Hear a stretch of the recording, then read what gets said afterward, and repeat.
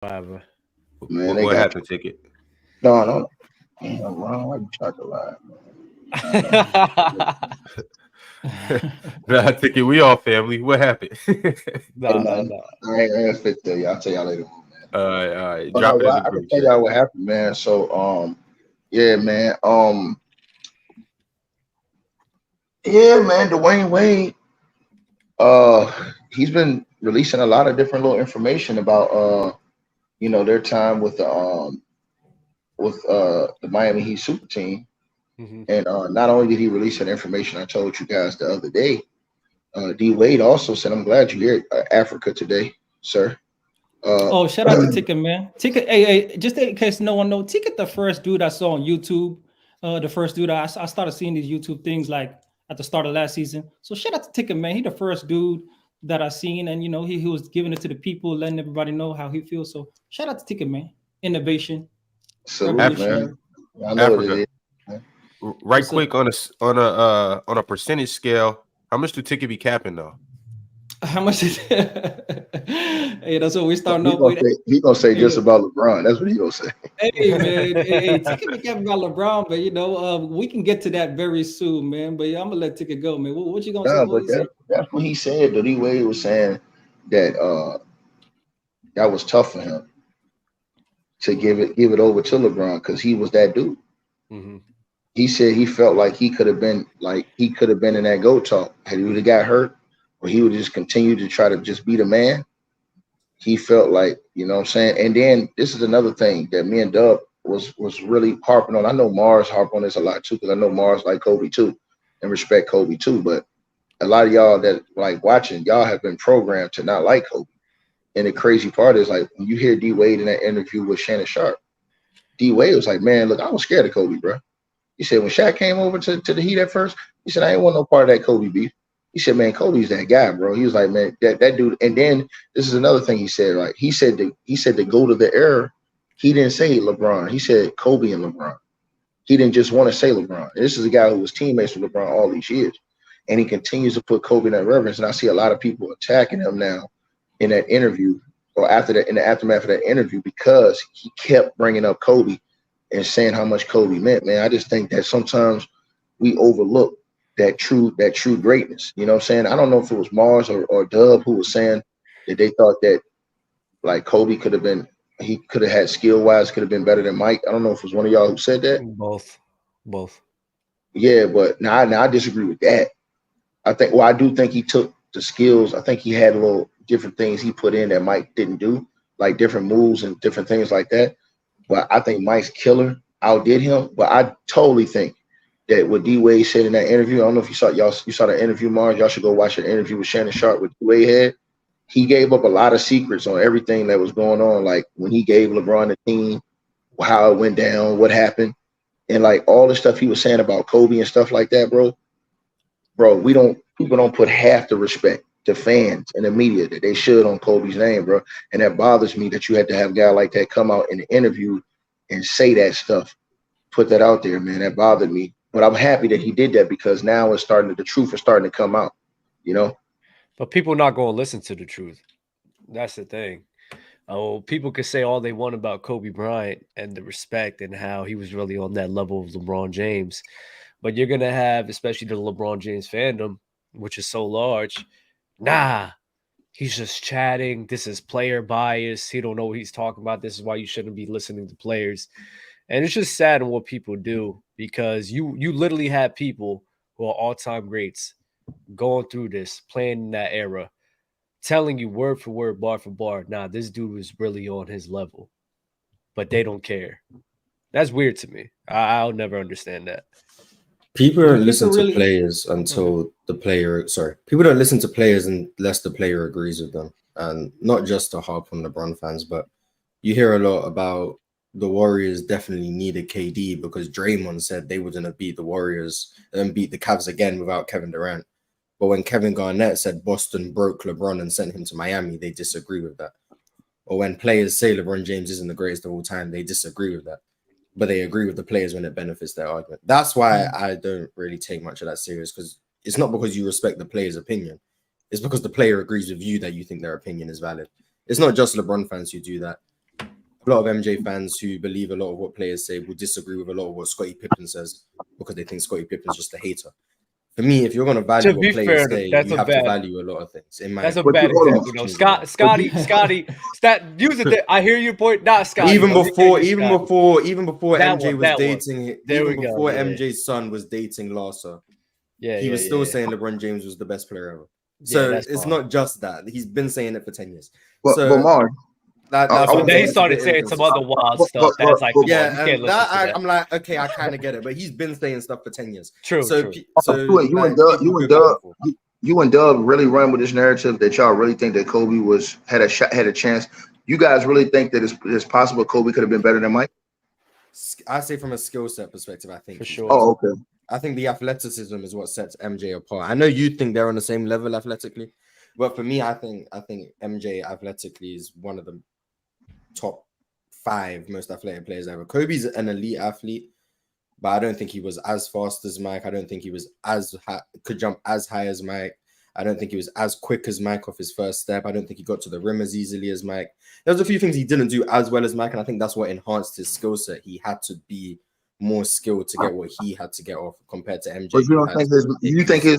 But you don't think that Mike's mental, even though Kobe was mentally tough, that Mike's mental toughness just overshadowed everything that Kobe could do skill wise? I think the difference in mentality is because I think Kobe is up there with Mike. I think it's hard to say which one's like more mentally tougher. Who's more mentally tough? I think he's right there with Mike. The thing is where it comes to sometimes Kobe's mentality kind of gets in the way sometimes of his team because he'd be trying to do too much. While at least when Michael Jordan had Phil Jackson come around, he was like, nah, bro, you can lean on your teammates. You can lean on the guys around you where you don't have to be out here trying to be, Superman out here. While Kobe embellished that role. But this is why me and Mars got into it when we talk about this mentality talk. And I think you guys underrate mentality. I think the mentality of Michael Jordan has not been matched by any player in NBA history. And I don't think it was matched by Kobe. I think Kobe still comes up short. Even though I love Kobe and it's my favorite player of all time, I think it comes up short of Mike. I think Mike's mentality, bro, was like no other. And I think that overshadows Kobe's skill set. I think that overshadows anything else that you could say that you thought Kobe had an advantage over Mike on. I thought that Mike's mentality is what edged him over every other player. Well, what part of his mentality? What part of his mentality? You talk about that killer will. You talk about the hustle. You talk about the grit and grind. You talk about working hard. He inspired that whole 08 crew to sit here and be better themselves. I think the main difference between the two, where if you want to talk about the mentality, is the fact that MJ had more of a willingness to play off of each other than Kobe Bryant. But outside of that, I don't know. These guys are they're cut from the same exact cloth in my mind. Competitive as hell, wants to win, work hard, play hard, does the best to define their craft every single year on a night out. Well, do you think Kobe could have did what Mike did with the same resources? Oh, for sure. Man, get out of here, man. For sure. I'm sorry. That's what we part ways, bro. That's what we part ways. It's weird. No. If you put, and I love Kobe. I'm gonna say it again. Kobe's my favorite player to ever play basketball. But this is where guys like me and Dub and Mars, we part ways on this shit, bro. And that's why I keep trying to tell y'all. Like when we was talking about Giannis, me and Mars got into that argument where I was heated with this motherfucker. You know what I'm saying? It took me days to get off Mars' ass on that shit. But this is the type of stuff I be trying to say to y'all. No homo. This type of stuff I be trying to say to y'all. Bro, when y'all think about this stuff, listen, you're not telling me that you was gonna put Kobe Bryant on them same Bulls teams and he gonna win 3 times in a row on them same Bulls team. It's not gonna happen. It was gonna be some bumper along the road where Kobe was not gonna be able to overcome. And I can give you proof. Look what happened against the Detroit Pistons in the NBA Finals. But that was a testament to the mentality that I was talking to you about, where that's the difference. But even then, I don't see a team to sit here and put him in a position like that, especially if he has Scotty and the crew in which he has right there. Like, which team do you think he's not going to be able to overcome? The Knicks were tough, but man, go ahead, man. Is the mentality a difference though? That's what we're saying. The mentality of Kobe would be the difference. I don't know if the mentality is a difference. You and Mars really think Kobe could have three-peated. You and Mars really think Kobe could have three-peated if they just switched Mike and Kobe in those teams, you think Kobe could have three-peated like Mike did? Same time in their careers, same thing. You think he could have three-peated both times? Year seven, Kobe. Was that 03? Prime Kobe, yeah. Prime Kobe. That's peak Kobe, yes. I think peak Kobe, yes, for sure. Yeah, and that's the same Kobe was about it. You acted like Kobe wasn't about to three-peat again. You acted like Kobe was about to three-peat. So what? Scottie Pippen? Hey, come on, man. Okay, so let me ask you this. So does Mike? Do you think Mike performs better and potentially gets over the hump in that finals they lost against Boston in 6 games? I think that was a tough task. That's a difference. That's the difference. I think MJ's better than Kobe. I'm just putting out. I think MJ's better than Kobe. The mentality part, I guess we disagree. I think is closer than you're giving it credit for. And the reason why I think Kobe had to go through more adversity in his career than MJ did. We know about Colorado. That was a big deal. Or then obviously you got losing Shaq. That's another big deal. Then obviously what you had to go through in that West, for me, is tougher than what MJ had to go through. And then when MJ did face adversity, albeit very tough adversity, I mean, his father died and stuff, he left the sport. When he got told Phil Jackson wasn't coming back, he left the sport again.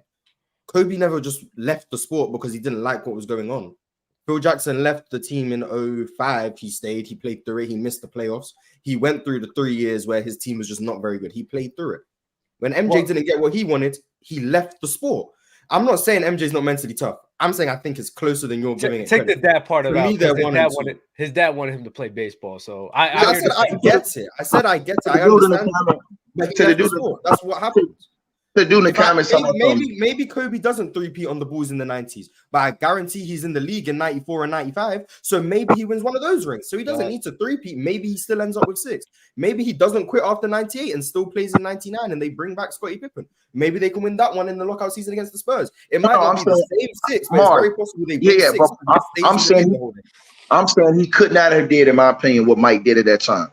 I think that Kobe could have came close. But I just think that is a separator, bro. And to the dude in the comment section that says, oh, well, Kobe and LeBron could have did that because Jordan played against nobodies. Bro, shut your channel down. Y'all don't know nothing about basketball. If you think LeBron James could have did half of what Jordan did with the Bulls, something's wrong with you, bro. So cut it out, man. LeBron James wasn't mentally tough enough to deal with that. And that's what we talk about, the difference in mental toughness, and we talking about just elevating your game. LeBron James didn't even have a skill set at that time.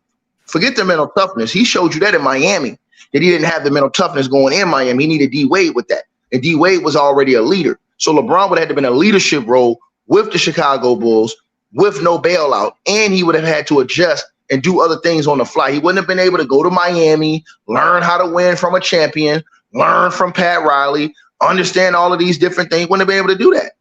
He would have had to take the bull by the horns, listen to Phil, adjust his game, come off the ball, which we know he couldn't do, and play a different style of basketball in order to dominate in the fashion that he wanted him to, under the triangle. That's your king. In the LeBron James offense should have been. That is not my king, but LeBron at 22 did go to the finals. LeBron at 22 did show that he could carry a load that not many people in NBA history I ain't say go. I said win the chip. I ain't say go. I said win the chip. He didn't. 7 years into his career, if the franchise drafts Scottie Pippen, now he has a guy riding shotgun that complements his style. Maybe LeBron becomes the scorer he never was in his career in terms of just being a pure scorer as opposed to doing everything on the court. There's a lot of things that could have happened, so we don't know the context. But to say that to come back to Kobe, to say that the mentality of Jordan is what separates Kobe. He got ran out of Cleveland, young Africa. You think Jordan would have got ran out of Chicago? He got ran out of Cleveland, out of his own house where he was supposed to be the king of the throne of his own free agency, bro. He didn't. No. You're not hearing me. He got ran out of Cleveland. He got ran out of his own throne. Ain't no dude that was that mentally weak where dudes could say stuff to you. Because if he had this type of stuff going on that he had going on in his era back then, he would have been done, bro.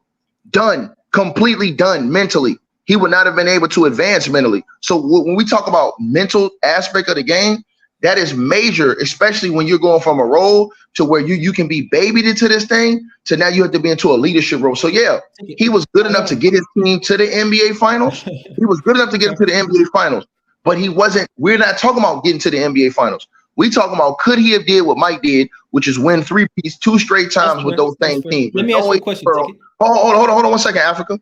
There's no way in the world you're gonna tell me a Negro who had a super team that couldn't win over 50% of the finals is then gonna go to the first Bulls team, lead them in 3-peat, and then go to the second Bulls team, lead them in 3-peat when he couldn't even do that when he had the deck stacked in his favor most of his career.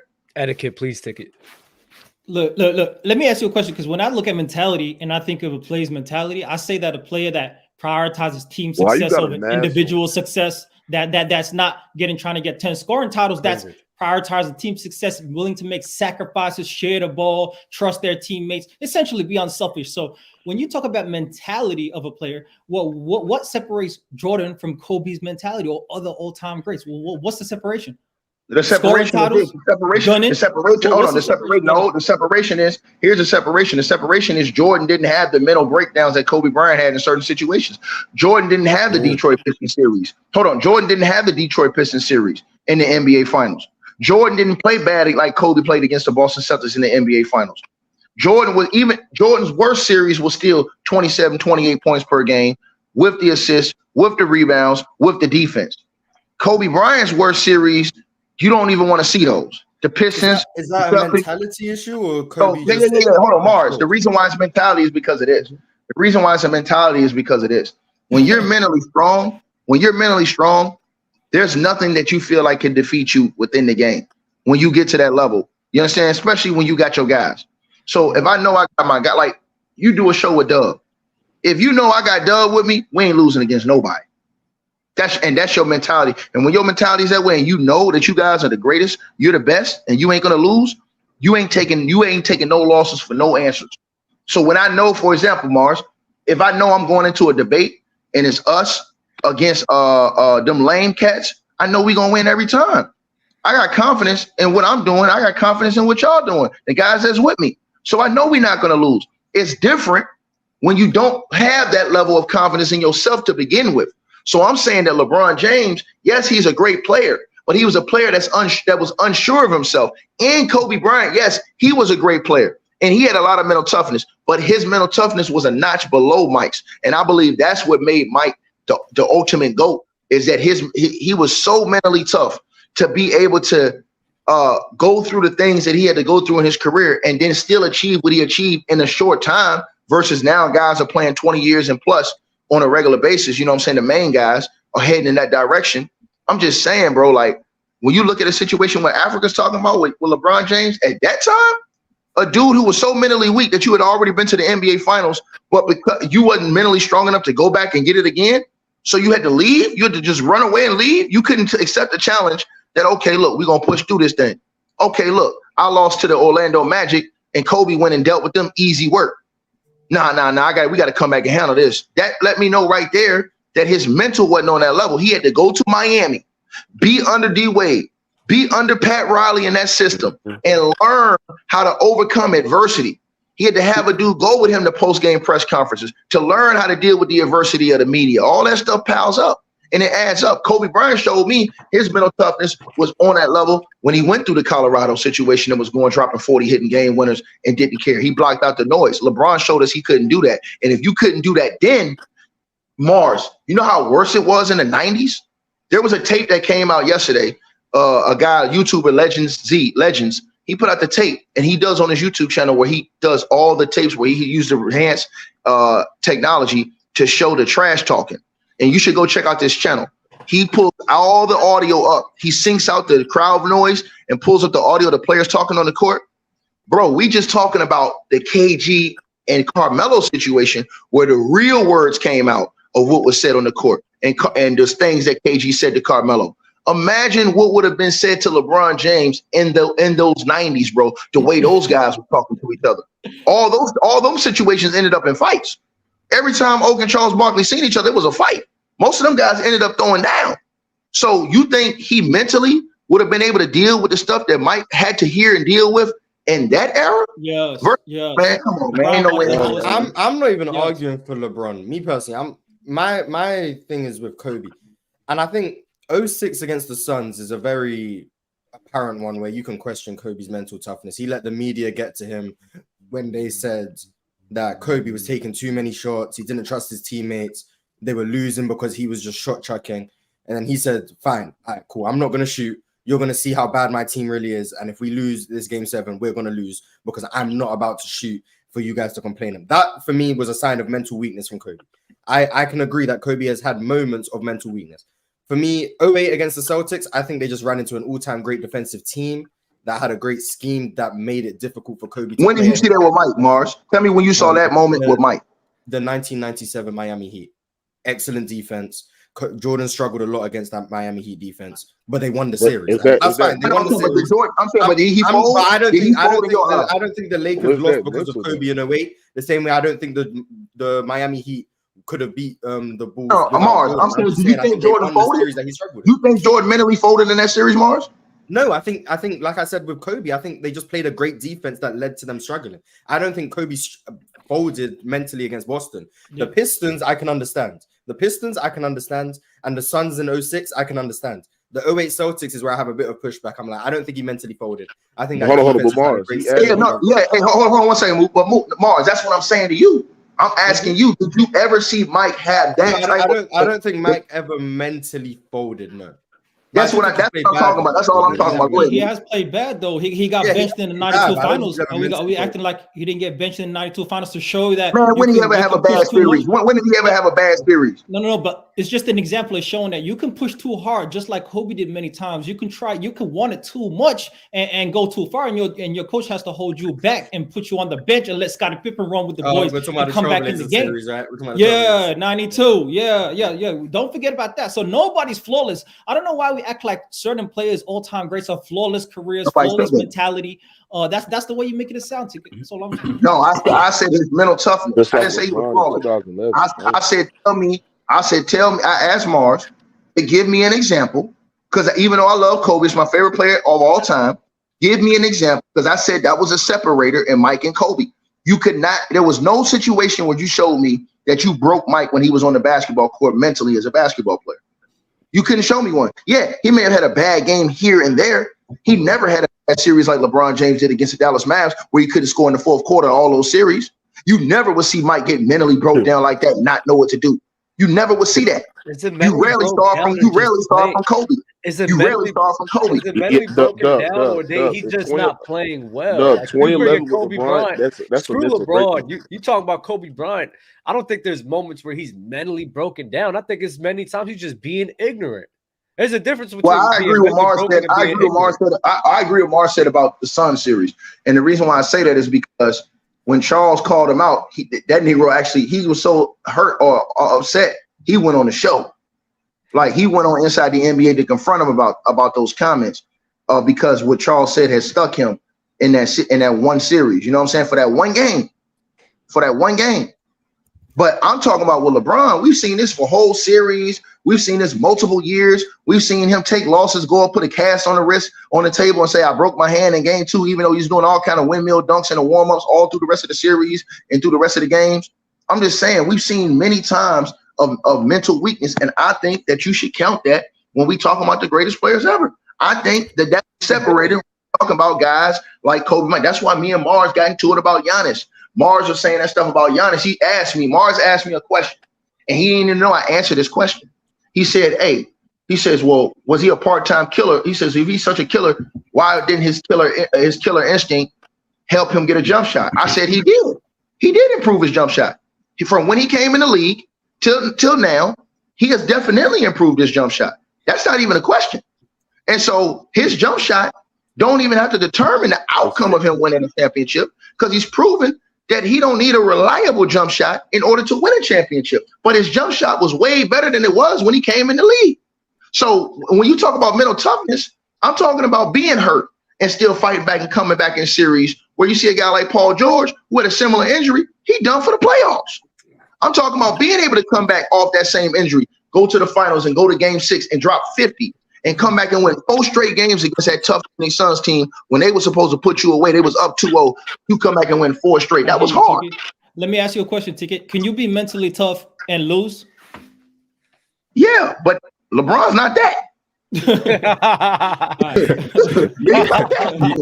Yo, Mookie. Mookie, I want you to tap into this conversation. I know you came in a little late. I don't know if you were listening, but it really started with us comparing Kobe and Michael Jordan's mentality. Obviously, LeBron came up in this conversation. I don't know if anybody up here thinks LeBron should be in this conversation, but Mookie, I just want to hear what you got to say. Yeah, I don't think Kobe is close to Michael Jordan, and we talking about in terms of a basketball player. But Kobe's skill, he's like one of the most skilled players comparable to Michael Jordan as well.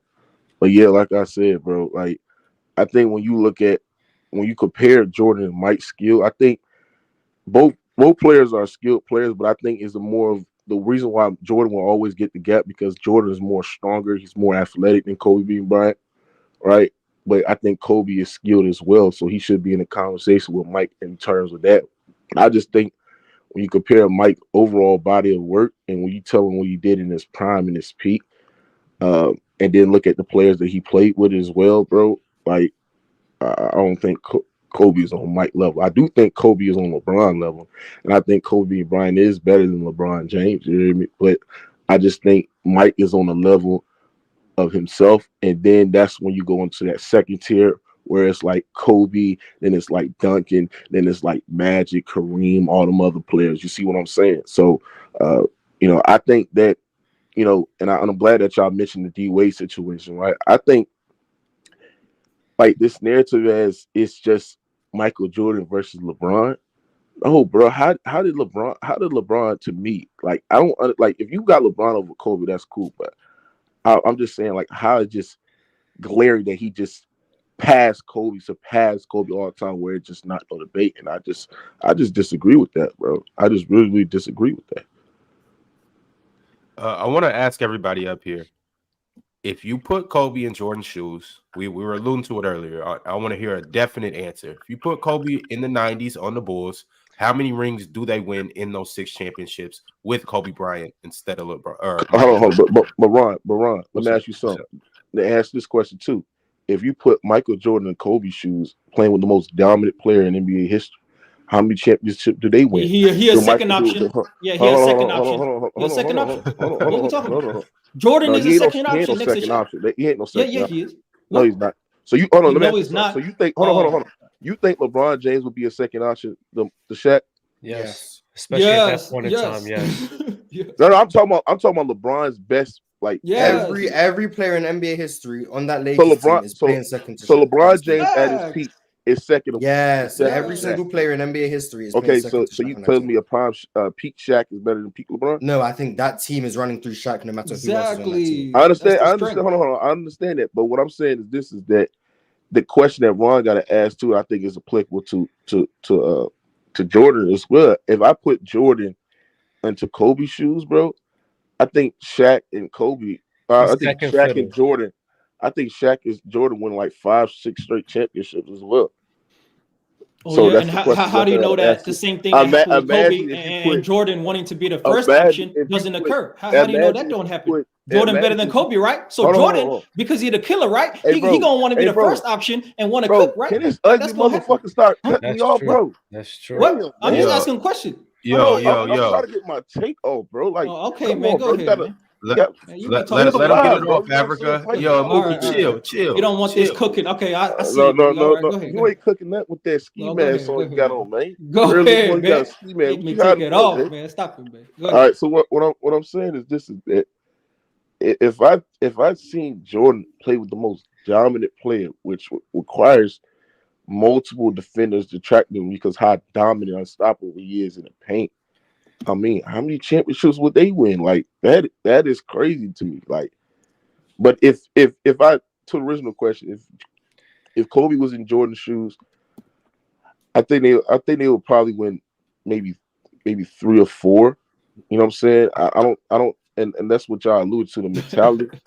I don't think Kobe with the second three-peat, especially when Scottie just significantly declined, especially when Dennis Rodman was missing games as well. I don't think they three-peat with the second three-peat Bulls. I don't think they would do that as well. So Mookie, you're saying 3 or 4. All right, Africa, I gotta ask you. Kobe in the 90s on those Bulls teams with the same roster, how many rings does he win? He wins.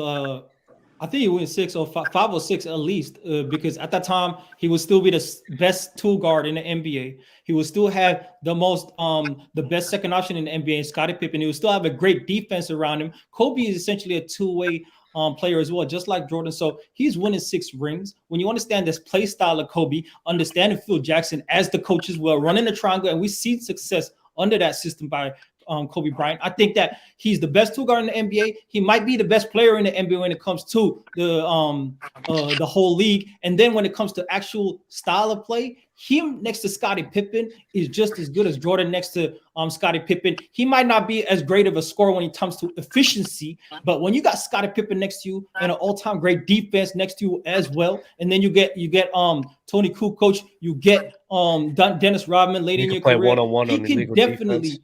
He can definitely. What'd you say, though? You can play 1-on-1 because of the illegal defense.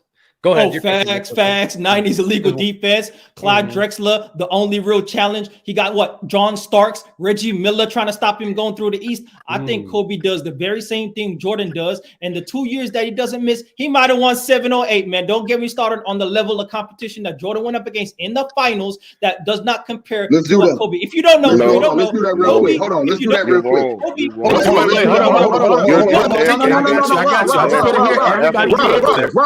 I want to hear everybody's answer right quick. He went there, Ron. He went there. Africa's not going nowhere. Y'all want him this back. This is what you wanted. Put us on the double screen, Ron. Put us on the double screen. I'm gonna give his ass a double feature this morning. You see what you did? Hold on. So, Young Africa, you said Jordan's NBA Finals competition, right? Mm-hmm. Who played more Hall of Famers in the finals, Jordan or LeBron? LeBron. Talking about LeBron. No, that's a goddamn lie. I was talking about Kobe, but LeBron. No, I ain't say that. I asked you. No, I ain't asked you that. We talked about Jordan's competition in the finals. Who played more Hall of Famers in the finals, Jordan or LeBron? Well, where's LeBron James, bro? No, he did not. Hold on. No, he did not. Hold on. No, he did not. First of all, let's talk about Jordan's competition in the finals. Who did Jordan play in the first finals that he won? The Lakers. The 91 The Lakers. Lakers. Oh, no, yeah. And who was on that Lakers team, Young Africa? Yeah, Magic Johnson. We know, man. Magic Hall of Johnson. Famer. Let's keep going. Hold on. So hold on. Let's stop right there. Yeah. So was that competition overrated or not? Solid competition. Was that solid, man? Okay. James Worthy's hurt. I'm not sure. If you hold on, Wasn't Magic hurt in that this is why I series don't get too? what you. This is why I don't get what you, Bron, said. Yeah, HIV. The fact that y'all think that Okay, the 91 okay. Lakers just solid competition, but think that the Miami Heat in the bubble is an elite competition, or Who said the that? guy- Who you- said you- Miami no, was elite Hold competition? on. Most of you Who said LeBron fans sat there and said that, bro. Y'all think the 07 Spurs is an elite competition, bro. That's what y'all think, bro. Kobe and them routinely beat the hell out of them boys. Hey, what I'm saying. did you know that? Did you know that 6 out of the 7 finals of Kobe's finals opponents were top 5 defenses in the NBA? Did you know that? Actually, Kobe has better elite? Kobe has better playoff and finals competition. You could say he has better whole playoff competition than LeBron James too. But let me get back to what you said about Mike. Hold on. Mike played. Mike played. We got one mic. Let Dub get this off. Go ahead, Dub. Don't stop at LeBron. He probably has more comp that he went up against than MJ as well. He probably does. I'm not. Hold on, Dub. I'm not taking that away from you, but I'm getting this jabroni for saying that Mike didn't play no competition in the finals when all he played was lock Hall of Famers. Hold on.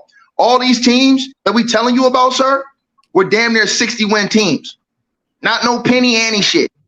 The Gary Payton in the Seattle Supersonics with Sean Kemp and those boys, and Detlef Schrempf and all those guys, and Hersey Hawkins, all those guys. 60-win team, sucker. Learn basketball. Also, not only that. Let's keep going.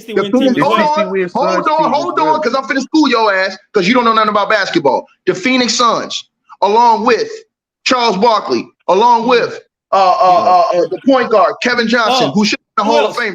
Hold on, I'm not finished. Along with Thunder Dan Marley. The list goes on in that team. Yes. Calling him Thunder Dan don't make it sound better, bro. Thunder Marley, who was pulling up from Steph Curry range before that. So yes, I'm talking about him. Hold on, I'm not finished with you yet, because that's the truth. That is not a lie.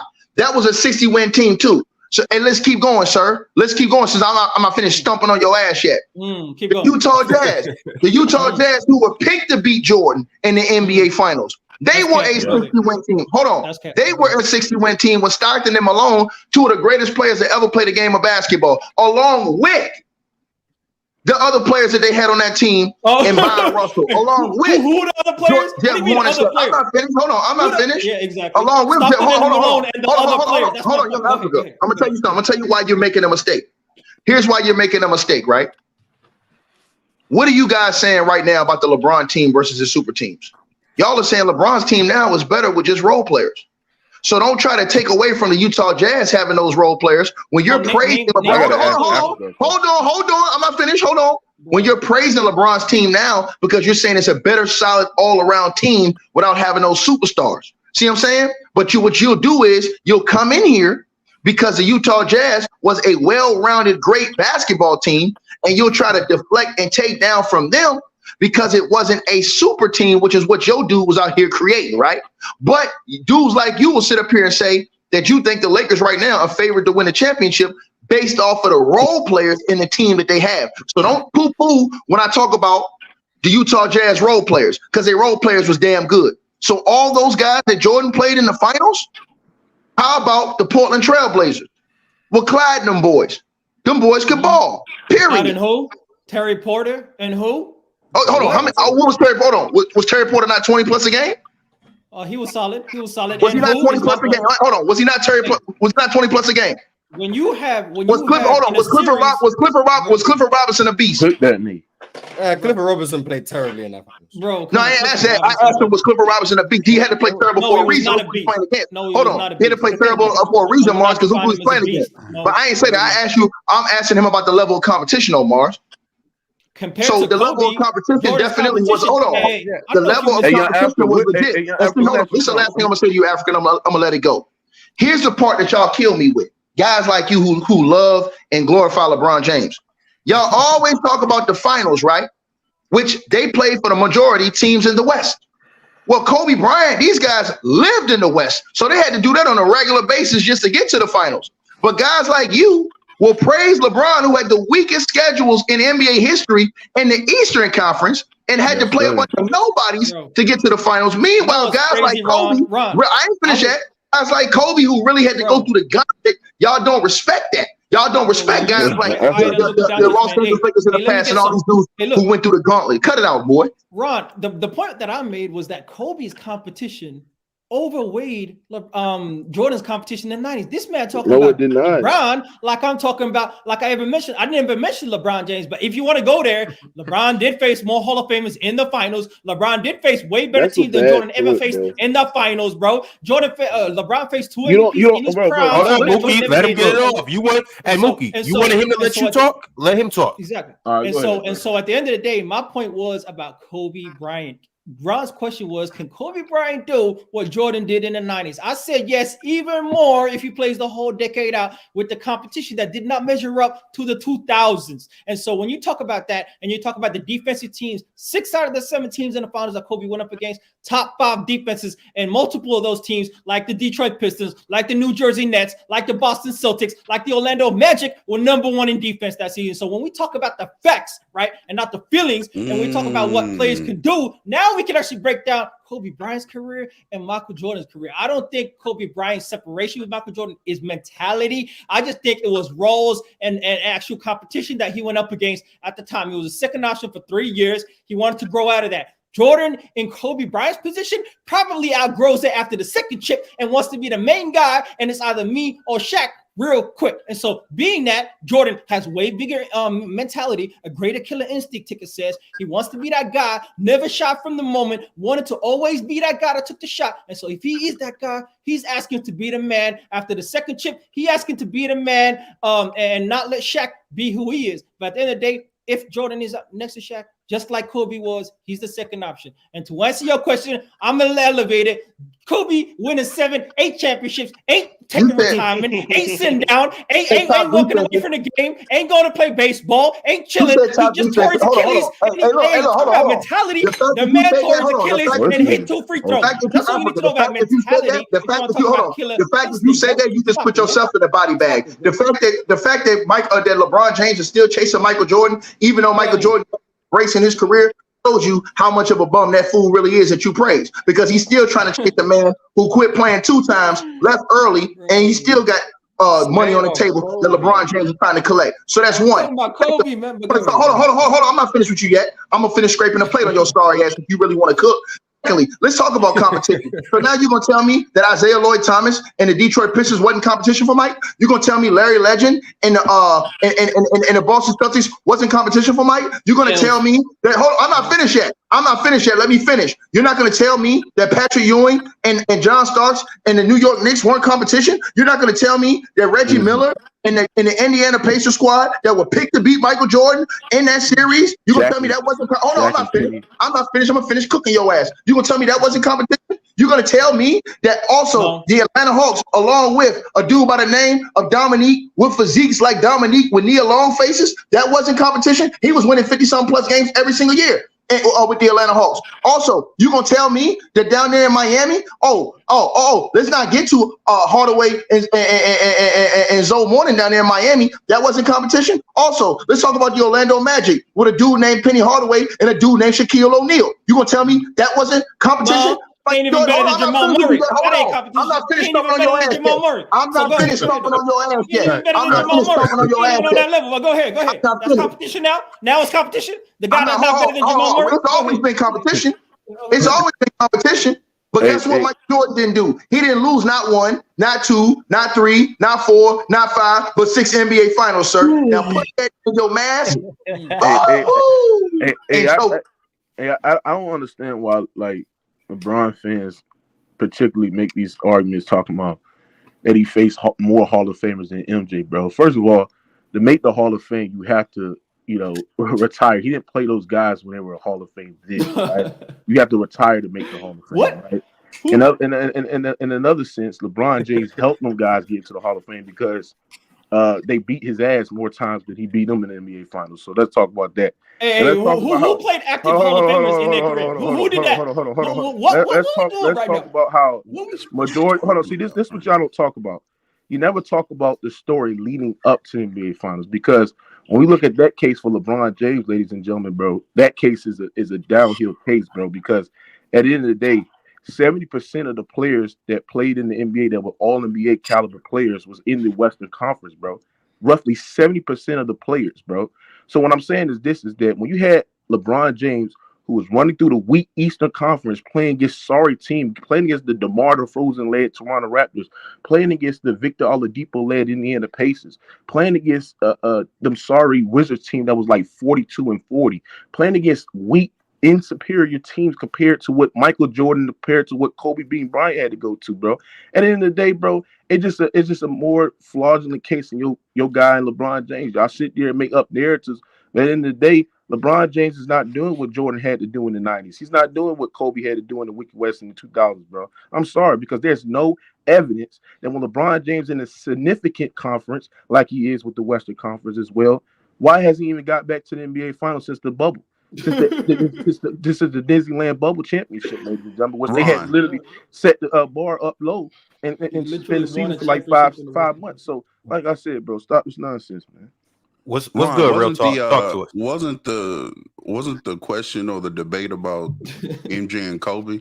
I just wanted to double check. Hey, I mean, out of nowhere. LeBron just keeps getting brought up. I mean, y'all gotta understand this though. The chat get mad at me. Y'all gotta understand, like, when we talk about LeBron or when we talk about Jordan, it's no way LeBron's name doesn't come up. When we talk about Kobe, it's no way that Jordan or LeBron's name come up. We talk about Jordan and Kobe, it's gonna come up. No matter. I challenge you guys, everybody, to go have a debate. Go ahead, go talk about Jordan and watch LeBron not come up.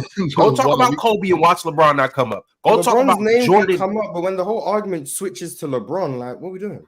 We're talking about what Kobe would do in the 90s, and now we're talking about how LeBron's finals competition doesn't. Like, what?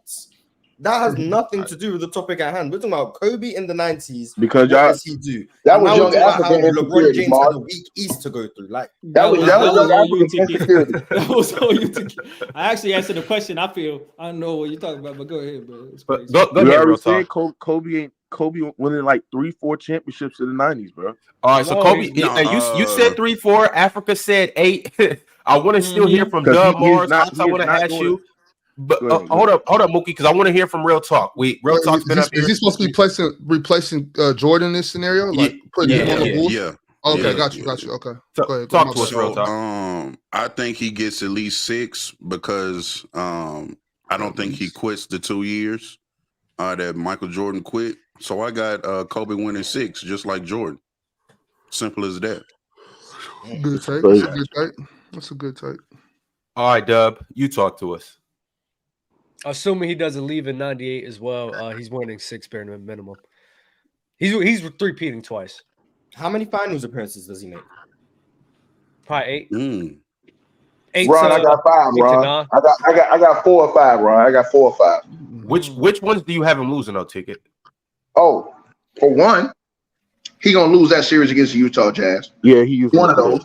Yep. He'll lose one of those series against the Utah Jazz. Why? And the second one, he probably would have lost to the Seattle Supersonics with Gary Payton, the type of defense that Gary Payton played on Mike. If Gary Payton played on Kobe, They didn't put Gary Payton on Mike till like game like 3 or 4. Facts. No, I'm saying no. Listen where I'm coming from. God. Here's why.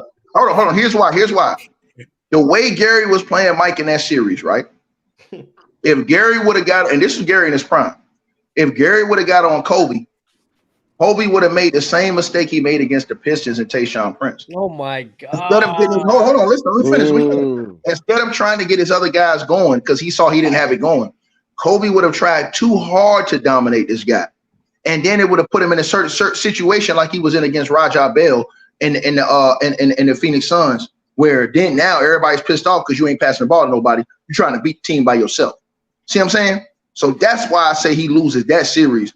Because if you put a guy, the way Gary played defense at that time, if he could hold Mike to the numbers he held Mike to, imagine the percentages he would have held Kobe to. And Kobe, knowing him, he would have tried harder to go get it, which would have taken his teammates out of the series more. Sean Kemp played well. He balled out. His athleticism would have definitely been a problem. You understand what I'm saying?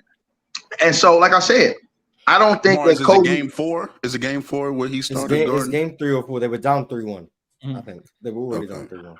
No, Mars. I'm saying because I'm just if you would have put Kobe in that series, I don't think he would have won that series. Because remember when they put Gary on Mike, You were right. he did a great job on Mike. And I just think if they would have put Gary on Kobe and they played that series, I don't think Kobe. That's those are. You acted like Jordan was bad though. Go ahead, Doug. No, this is getting me mad. You're acting like the Bulls had a 3-0 lead. They beat them 3 times in a row.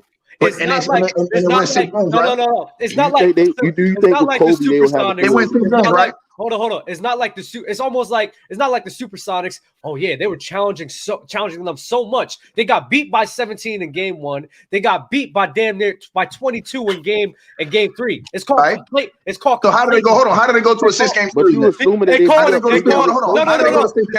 The same way y'all talk about the DeMar DeRozan Toronto Raptors. I remember time when they was killing them too, and then they won 2 games back to back on them. I'm not asking you. I'm just asking how did they go 6 games? That's all I'm asking. The Bulls are so dominant. How did they go 6 games? Let me finish this let take. him answer, take it. Because similar to that is called complacencies. You're dominating this matchup. Sometimes you put the foot off the pedal. Even though we tell our athletes not to do that, sometimes that happens. It happens all the time, right? And to assume that Kobe Bryant in 2004 was just being a dickhead, mainly because he wanted to show that he was really that guy, not because he was trying to show somebody up. He played against guys like Bruce Bowen. He played against guys like Tony Allen. He plays against some of the greatest defenders in NBA history. Malone didn't play in that series against the Pistons, by the way. So to act as if that wouldn't change shit. It wouldn't happen. But to act as if this man Kobe ain't gonna be able to handle Gary Payton. He's already been through the gauntlet. First of all, you're underrating Gary Payton defensively, and I'm gonna say this to you. Look what happened in Phoenix when they were up 3-1. So he's already shown you he can lose a league. Wasn't as good. I don't want to hear no excuses. I don't want to hear no excuses. Parker and Scottie Pippen, I don't want to hear no excuses because they controlled that series. They controlled that. I don't care who they had. They controlled that series. Hold on. They controlled that series, and he couldn't get it home. All I'm saying to y'all is this. This is all I'm saying to y'all, bro. The one thing you're doing is you're underrating the defense of Gary Payton at that time. He was probably the best defensive player in the world at that time. These are facts. Anybody can get on Mike at 6'6". Hold on. Remember, Doug, that series. Hold on, that series changed. That series changed when he got on Mike. That series changed, and the thing that saved him was Dennis Rodman was killing in that series. That's what saved him. Was that Hot Rod was killing, eating glass, and he was killing that series. And the series where some people thought he could have possibly been the Finals MVP in that series. These is facts, right? So let's not do that. So what I'm saying to you with Kobe being Bryant is, hold on. What I'm saying to you with Kobe being Bryant is, sir, we have seen Kobe in situations where he have been up 3-1 and tricked the series. So when I asked you if it was a 3-0 series, how the hell did it go 6 games? That should let you know that some way, somehow, that they were able to get 2 games off Mike. I'm thinking, look, they may have been able to get Kobe because I just think that the difference is that we've seen Kobe. But that makes no sense. I don't think it makes no sense because you're saying Go ahead, you're saying right now that Michael Jordan played bad and his teammates picked it up the last couple of games and won the series, and then you're saying Kobe would play bad. But hold on, you're saying Kobe would play bad to where what it would affect the other teammates for not being able to get real talk. Did you listen to what I say or did you just hear what I said? Listen to what I say, dog.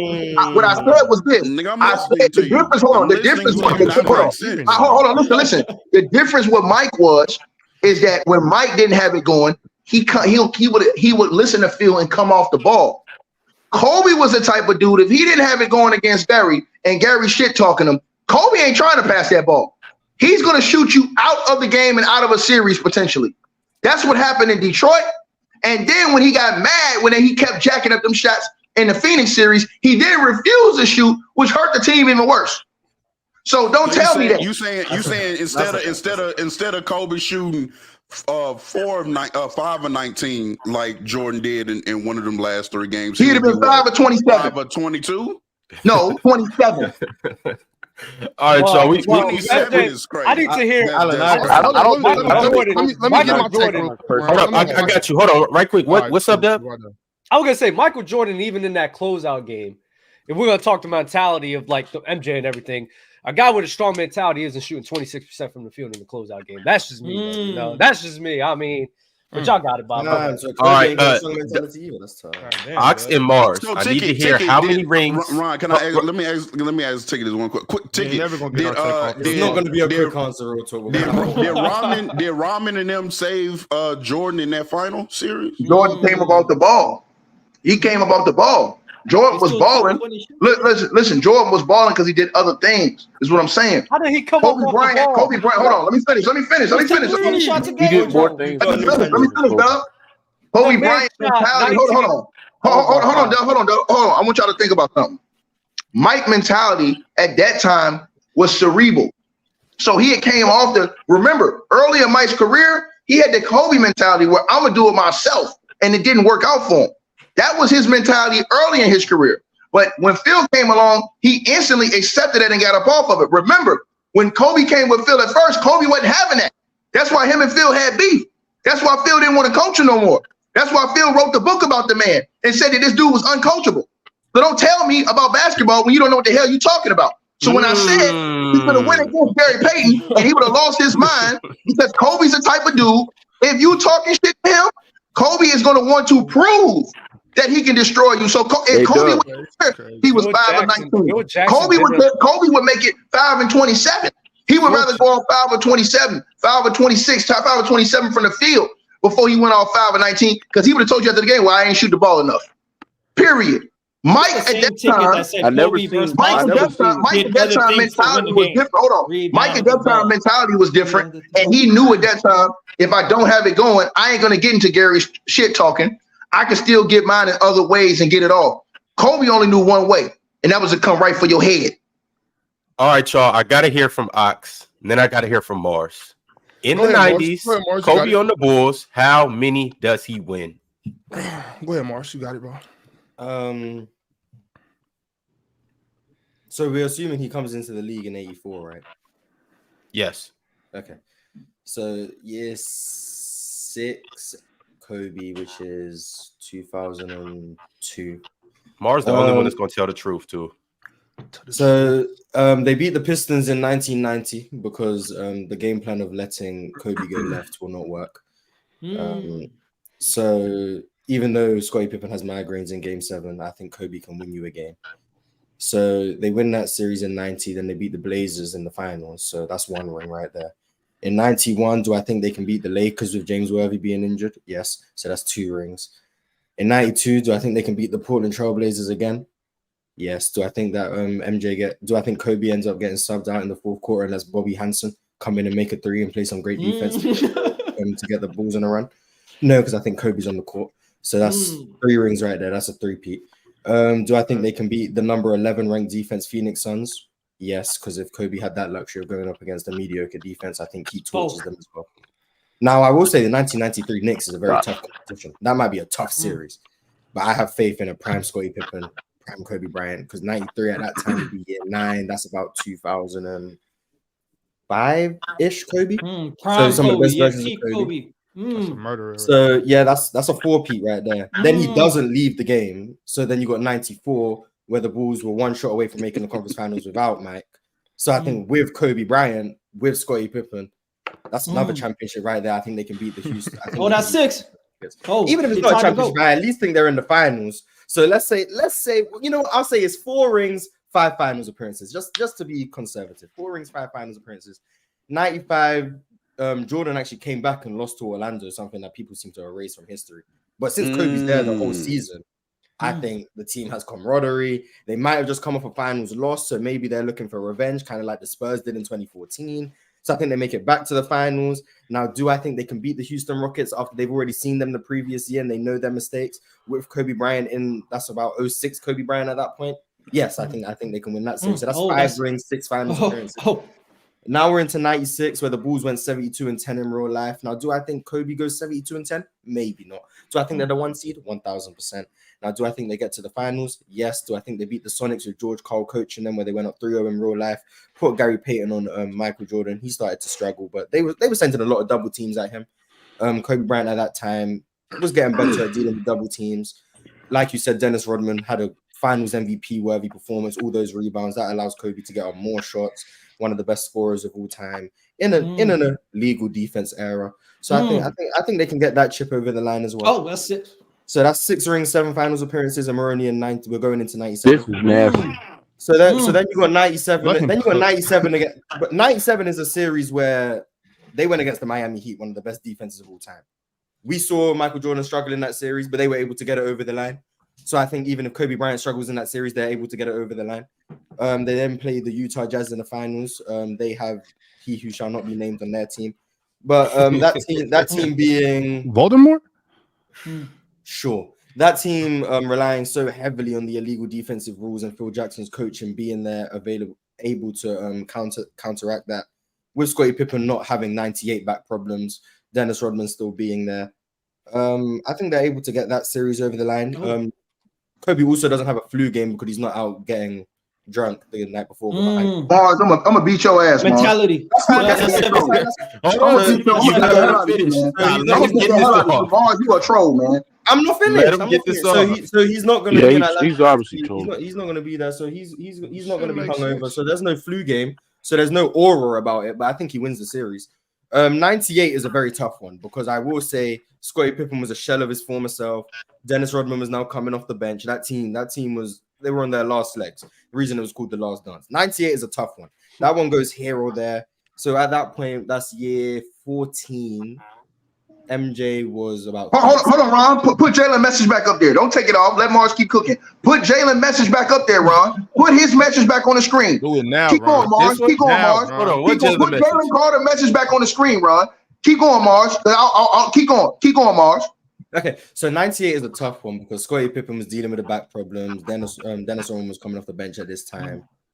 The Jazz we going up against an old John Stockton. Yeah, the Jazz were a better team than they were the year before. One of the best offenses in the league. I still think there's a reason they scored 50 points in the finals games because their illegal defense manipulation was getting counteracted by Phil Jackson's excellent coaching. So I think that series goes either way. I'm willing to give it to the Jazz just for the sake of argument. So I think right now Kobe has what 7 rings and 2 finals losses. Well, okay, So hey, hold on. Yeah, That's wrong. Put Jalen. I knew you were finished. Hold on. Put Jalen Carter's message back on the screen. I cannot find the message that you're Before you talking let about. Bob go, put Jalen Carter's message back on the screen. Because see, Jalen Carter, you sir, you are a walking shit thing. Hold on, and I'm gonna tell you why. Put the message on the screen. Now, with everything that was just said, and before you go, Bob, everything you just said, right? Now remember, he just said this about Kobe Bryant. Mars, do you think LeBron James could have did the same thing you just said Kobe could have did? No. Okay, then. Do you still think he's cooking a whole buffet, Jalen? Now, sit your ass down. What? That's crazy. Go ahead, Bob. Oh man. Oh, and in '99, Go ahead, he also Mark. doesn't retire without Phil Jackson. I think he plays that season. Do I think they can get to the finals and win against the Spurs? Second year, Tim Duncan. That's up in the air. I think they might make the finals. So I'll give them 7 because the Knicks made the finals. Ewing was hurt. I'm gonna give. I don't understand like how. So I'm gonna say 7-3. Pessimistically, it's very possible they win 8, but I'm gonna say 7-3. Oh wait, last thing Yeah, I before think that's fair. Ticket and go. I almost forgot. Y'all talking about all this crap about Gary Payton coming like Kobe wasn't cooking Tim Duncan and Bruce Bowen. And When that's was a way Tim, better when was Tim, defense. but Tim Duncan wasn't his primary matchup though, so I don't know why. 2000 what? I said Tim Duncan wasn't his primary matchup. So Tim Duncan Yes, he guarded- was, bro. What? No, he was not. No, he was not. He's saying primary defender. I said primary defender. Tim Duncan's not guarding Kobe. What are you talking about? Yeah, that's what. No, you that's you what just they're said there. saying. Hold on. what You they're just saying. sat there and said that Tim Duncan was Kobe was cooking Tim Duncan. You act as like I you said Tim Duncan and Bruce I said Bowen. Bruce He said Bowen. Tim So you Duncan have and Bruce Bruce Bowen. Bowen guarding up, who's a great perimeter defender, and you have backline help from Tim Duncan, who's arguably the greatest one. So that's way better defense that he's fucking cooking than Gary Payton. Yeah, but the thing is like when y'all sit there and say that Kobe can do the same shit that Mike did in the '93 finals. Well, I've seen Kobe being Bryant against terrible defenses as well, not give you the same amount of production and points like Michael Jordan averaging about 40 points per game in the NBA finals. The thing is, bro, Kobe being Bryant is just he's good, but it's just another level that Jordan is on, bro. It just is. He's good. But he's just When, not, when he's did just Kobe not not quite- produce against The average worst defense? defense I said he produced, but he didn't produce as to the likes of Jordan. Are you There's saying another because producer. like he had offensive talent like a Shaq or a Pau Gasol on his team, or Andrew Bynum or Lamar, or like people that can score the ball? Who? No. He didn't have offensive talent. I'm talking about like against the Suns in the Suns against 06 in the playoffs. When there was like a 15, 16 ranked defense, and he averaged like 35. Jordan against that defense that Mars said was not a top 10 defense, top 12 defense, give you 40 points per game. You see what I'm saying, bro? So the production was much, much higher. You see what I'm saying? So that's the thing. Like, y'all assuming that Kobe being Bryant is doing the shit that Jordan is doing on his level. It's another level to greatness. You see what I'm saying? I don't know. In that series, Kwame had a 27 and 14 game in that series. If I'm not Respect Kwame mistaken. Bryant. Hey, I wanted to ask a question real quick to Mars. Mars, how do you think Scottie Pippen plays next to Kobe Bryant, and the differences between that and Michael Jordan?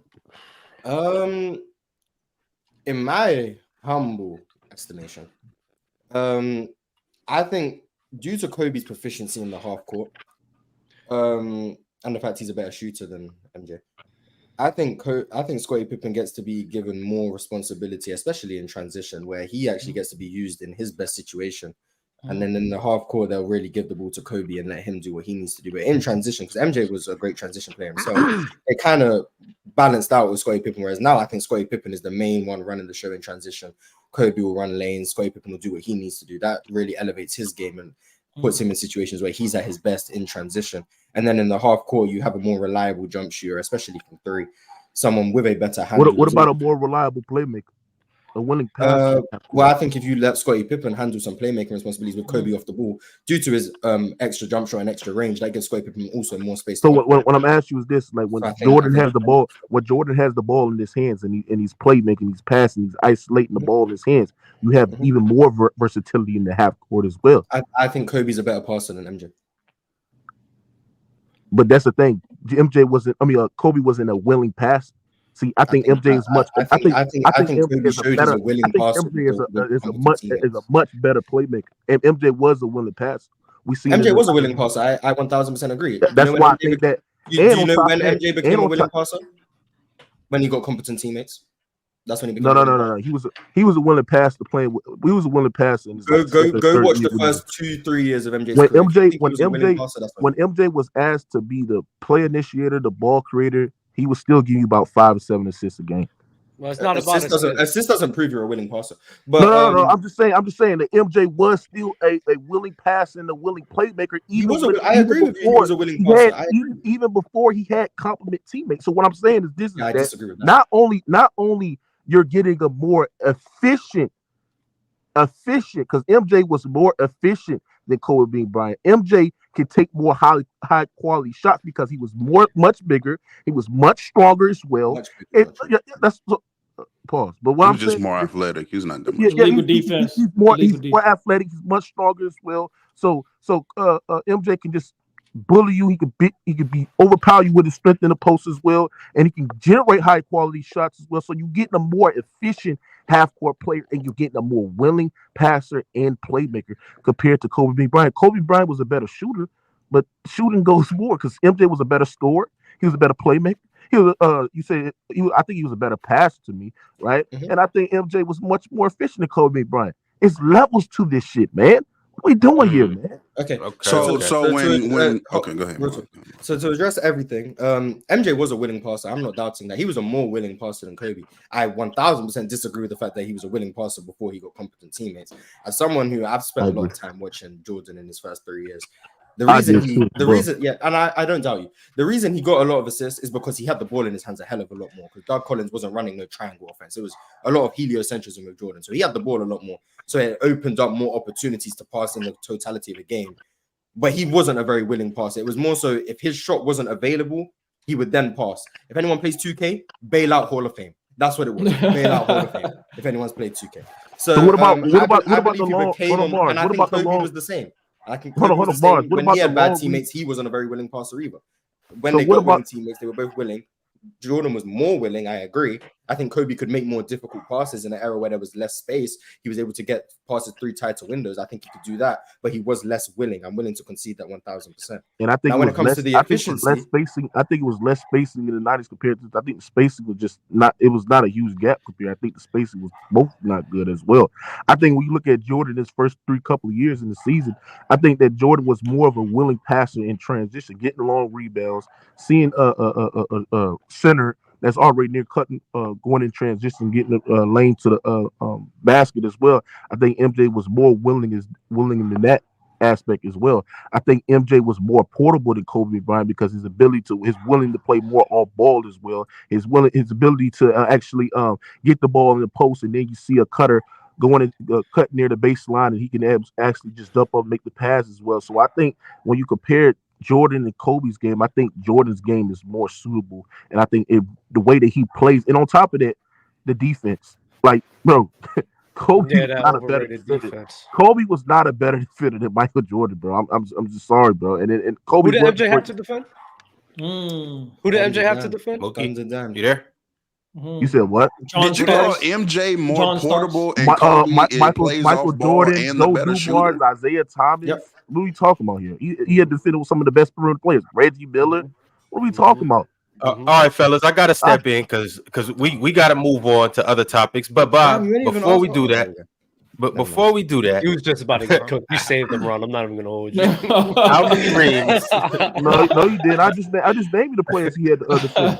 Hey, listen. I just named you the players that he defended. We got 1 million super chats on this topic. Who did Kobe had to defend? Because all I know when he took the challenge to guard Allen Iverson, he got cooked. We got to move on, Mookie. Well, it'll come back up. I promise you. But one game, buddy. Last but not least, how many rings does Kobe win in place of Michael Jordan? First off, what up, Real Talk? What up, Mookie? What's up, Bob? What up, good with y'all? Hula African. Damn, you not gonna say what's up? Relax, bro. This my man's right here. Relax, bro. I want to know who let African with this ski mask. I seen Africa. Hey, I'm like, man, they're going to neighborhood. Bro, what you mean? I came through blast, bro. I'm like, he has to put that on. I'm like, they're going to neighborhood. I see. But, I'm either kidnapping or being kidnapped. I'm gonna keep it short and sweet because I real short and sweet because I refuse to sit up here and argue about what Kobe Bryant would do on the Bulls. Seeing as we talking about the same two niggas, man, like we talking about the same two niggas, Kobe and Jordan, man. They both chuckers. Like, man, it's the same nigga, man. They play defense, they chuckers, two ball hogs. It don't matter. I want to talk about the real injustice. I'm gonna use my time right now to speak on the real injustice. I want y'all to write the WNBA commission and ask them why would they snub A'ja Wilson for the WNBA MVP. We know A'ja Wilson is the MVP, defensive player of the year. I ain't ask you, Mookie. I'm telling you that A'ja Wilson got snubbed for WNBA MVP. They need to right that wrong. That's a fact. That's fact.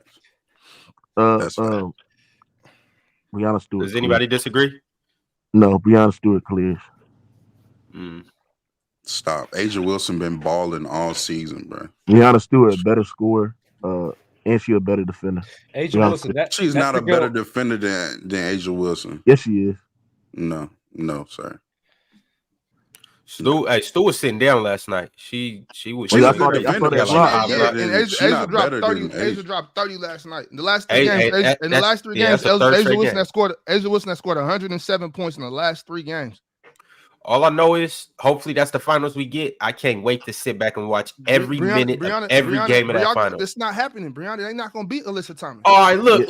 We just gonna do this because I'm not gonna go back and forth with you on this. I got 200 on the Liberty, nigga. Against the Aces? Yes. Well, once the Liberty, if the Liberty even beat the Suns, which they're not, but if they do, make it 300. 400. All right, bro. Hey, Ron, tell your little cockeyed friend Shallow that if he goes to Miami in a 3-team deal, I want my 500 because I told it that it was not going to be no straight up deal, and if it was straight up, it was going to have to be for Bam. That fool said up there like, no, we can give up Tyler Hero and we can give up what's the other boy's name that they got dubbed, the other guard? We can give up Tyler Hero and we can give up Caleb Martin and some picks. I said, you lost your damn mind, nigga. How does that affect A'ja Wilson's legacy? Who was A'ja Wilson? Is that the girl with the little teeth?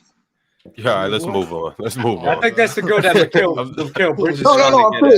No, I'm serious. Is that the girl like with the is that the girl who was dissing the basketball player? Mikal Bridges, yeah. But y'all gotta understand, Mikal Bridges is a diehard. Mikal Bridges is a diehard Liberty fan.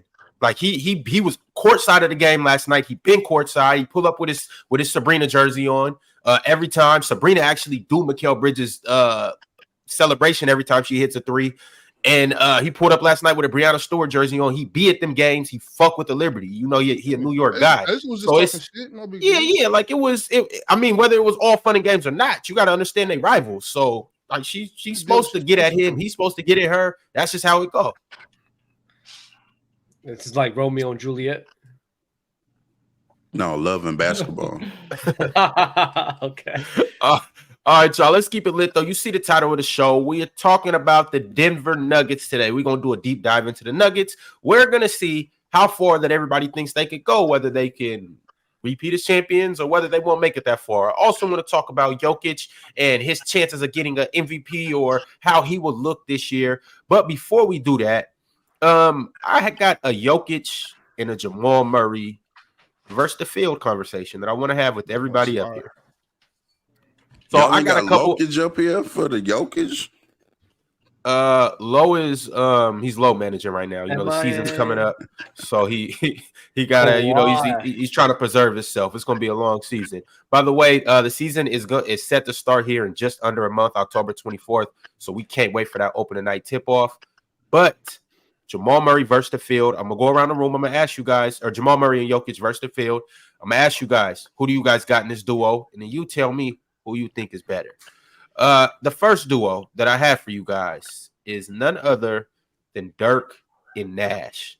I'm gonna go Ox, Dub, Africa, Real Talk, Mars, Mookie, Ticket. Ox, Dirk and Nash. Dirk and Nash, like them when they actually played together, or them in their prime together? Like, let's have some fun. Them in their prime together. Oh, okay, Dirk and Nash. Dirk and Nash. Okay, well that's Dirk and Nash. No, I don't even got to think about it. I thought it was gonna be played. Yeah, I thought it was talking about like the 03 Dallas Mavericks type. If it's that Dirk, and Nash, I think I'll go with Jamal and Jokic still slightly. But if we talking about like 07 Dirk and Nash, you give me Dirk and Nash 10 times out of 10. Yeah, that's fine with me. I agree with Bob and everything he said. Yeah, man, prime Dirk and Nash. That's clear. Real Talk. Are we doing it as a 2v2 or 5v5? They're the two best players. 5v5. They're the two best players. Okay. I'm taking Jokic and Murray still, because I think Jokic is still the best player of the four, and some people might disagree, but I don't think Murray come playoff time is too far back from Nash or Dirk. Or Dirk. I'm sorry. Let me stop the glaze. But Nash. All right, Mars, you got it. Yeah. 07 Dirk clears Jokic. Okay. Nash and Dirk. I think Jokic is the best player there, but I also think Jamal Murray is respectfully by far the worst player here as well. And I don't think Jokic is far enough ahead of Dirk and Nash, respectively, to carry this duo over the top. All right, Mookie. Easily, Dirk and Nash.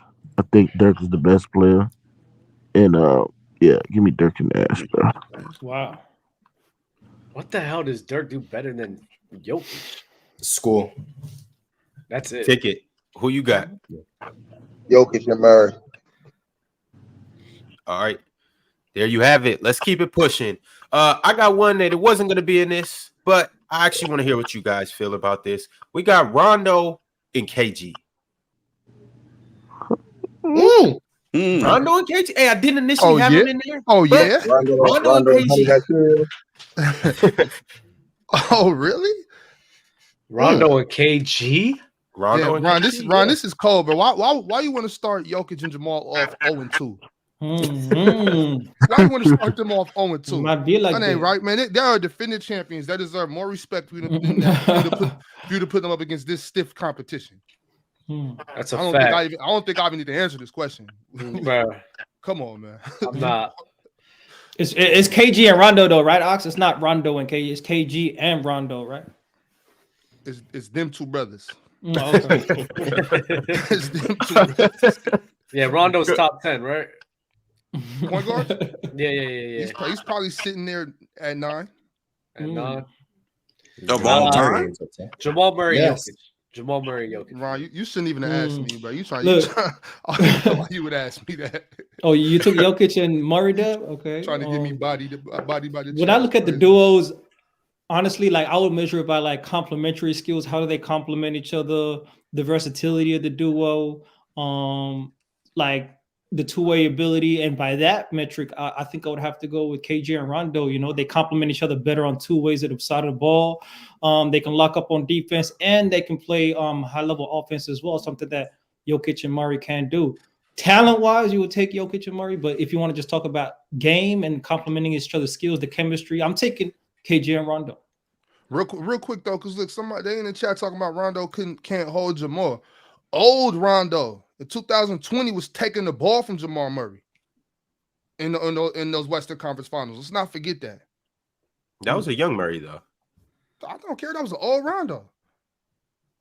Okay. If it was that old, how come he was giving 50 to the Jazz? I mean, if he was that young, how come he was giving 50 to the Jazz? That's true. That's true. That's true. With that being said, I'm taking Jokic and Murray.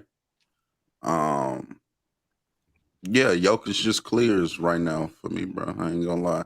As far as putting the rest of the team around them, I'm thinking I can get more pieces like that can complement defensively than what a KG and a Rondo would need. They would need a pretty good, well above average like shot creator, in my opinion. So like that 07-08 team with Ray and Paul was very good for Rondo and KG. So yeah, I'm taking Hey, Jokic real and talk, Murray. real quick. If you had KG and Rondo as the best two offensive players on the team, you think they would need a player better than both of them to get over the top? An offensive player Yeah, better than they both would those need a guys? better scorer. They need a shot creator. Yeah, they need a elite perimeter shot creator. This is prime KG or Boston Yes, KG? Pete KG. Prime Pete KG? KG. Yep. PKG can't be number one scorer on a chip team. Damn. Oh, Nah. PKG? This 04 KG in 2012 Rajon Rondo. That actually changes it up for me a bit. Yeah, Rondo still couldn't shoot. But Who you got, Mars? I'm still with my pick. I think KG is the best player here. So there's that. I also probably think Jamal Murray is probably still the worst player here. But because of the lack of consistent scoring that you get, in my opinion, from KG and Rondo, especially in the postseason, because I think KG relied way too much on jump shots for a big to really be a consistent, efficient threat. And Rondo couldn't shoot outside of 8 feet consistently. I think Murray and Jokic is probably easier to build around because of the fact that you have consistent offense coming from those two. So I think if you could get the Magic Paul Pierce, I would take the Rondo and KG team. But assuming you don't get a scorer better than both of them, which is hard to get because KG was a hell of a scorer, I'm going to go with Murray and Jokic because I think it'd probably be easier to complement and build around. Yeah, that's fair. That makes sense. Mookie, what direction are you going with it? Give me KG and Rondo. I think when you look at the versatility, them be able to score, and yeah, they can't consistently give you this an elite level scoring consistently, but I think KG was a great scorer as well, right? And Rondo's playmaking and passing. But the thing about this duo is defensively, the consistency you get defensively, right? Especially with KG as well. His rim protection, his versatility out on the defensive side of the ball, bro. And then the rebounding as well, bro. Yeah, give me KG and Rondo, bro. Cool. Ticket. Last but not least, it's tied up 3-3 right now. Who do you got? What up, Playboy? Give me KG and Rondo. All right, that's that. KG and Rondo. The next duo I got for you guys versus Jamal Murray and Nikola Jokic is, and this is when they played together, T-Mac and Yao Ming. Oh no, my bad. Hold on. We putting them against Jokic and Murray? Yeah. Oh, I'm going Jokic and Murray. Yeah. Over Rondo and KG. Which one? Over Rondo and KG? What changed? Got that all right. I think he goes as Duncan. We won. Yeah, I'm going Jokic and Murray. There ain't even no question.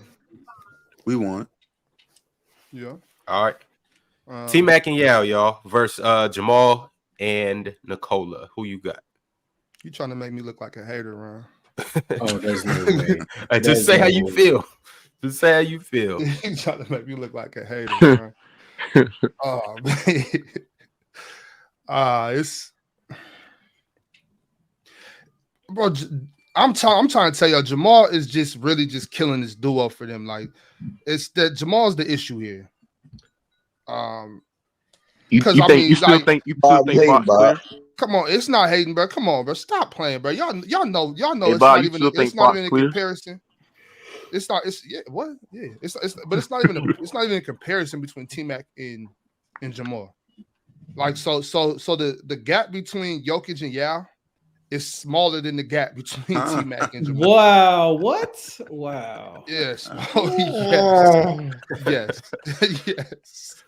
Come on, man. That's Let's So- move on, Ron. You didn't So- have to ask me, Ron. Like Nah, we need you to say it. Max Sauce carries this all the way through.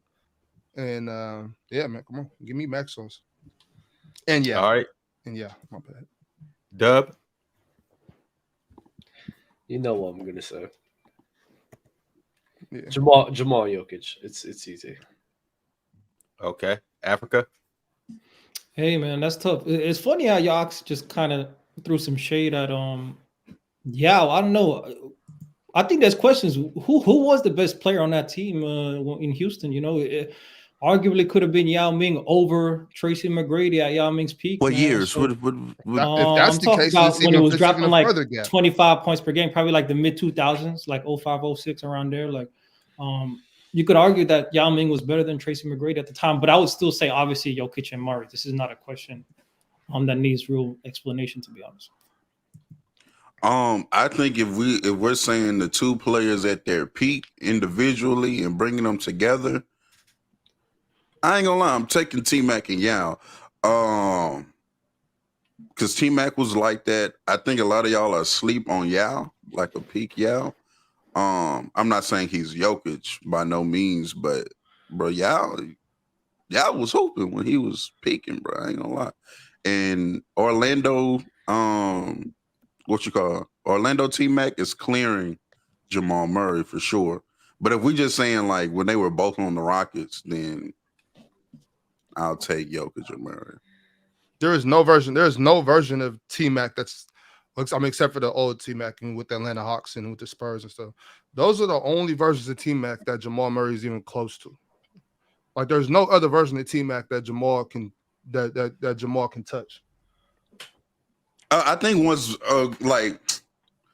07, 08 started hitting and like T-Mac was real, like had a lot of injuries and stuff, real injury riddled.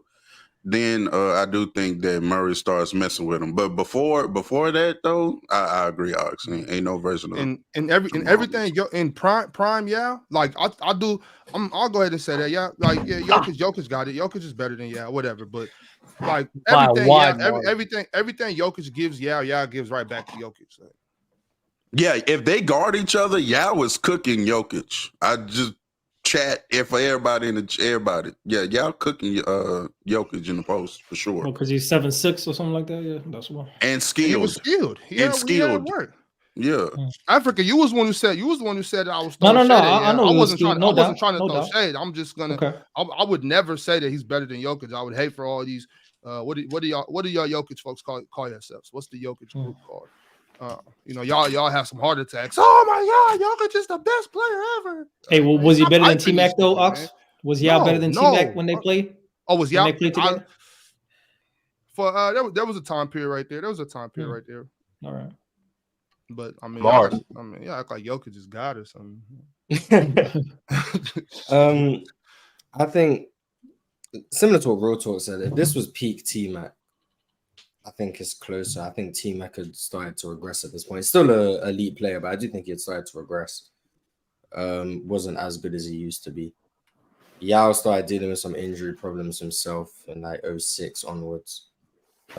He's also not close to Jokic, but I do think a lot of people don't know how good Yao was. Very good shooting touch for a guy that big. Shot like 85% from the line. Like, that's not something you normally see from a 7'5" guy. Could shoot the mid-range. I will say for someone who didn't really pass, he had a lot of turnover problems, which was interesting. But I'm still going Jokic and Murray. I think the easiest way to say it is because of health. I think I could just say I trust Jokic and Murray to be more healthy consistently. Even though I know Murray has obviously missed 2 postseasons due to an injury, I still trust them to be more healthy. And due to Tracy McGrady's regression, he's not as far ahead as Jamal Murray as he would have been if it was Orlando T-Mac. He still clears him. Just putting that there, he still clears him. But he's not as far ahead because I think he had started to regress. So Jokic is, once again, I think, kind of carrying this one.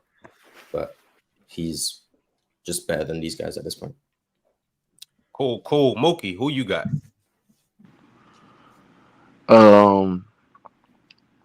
Damn, it's close. But give me Jokic and Murray. Okay. Ticket. Jokic and Murray. All right, Jokic and Murray take the cake one more time. All right, the next duo I have is the 2020 version of LeBron and AD. Oh, That's too easy. Who you got, Bob?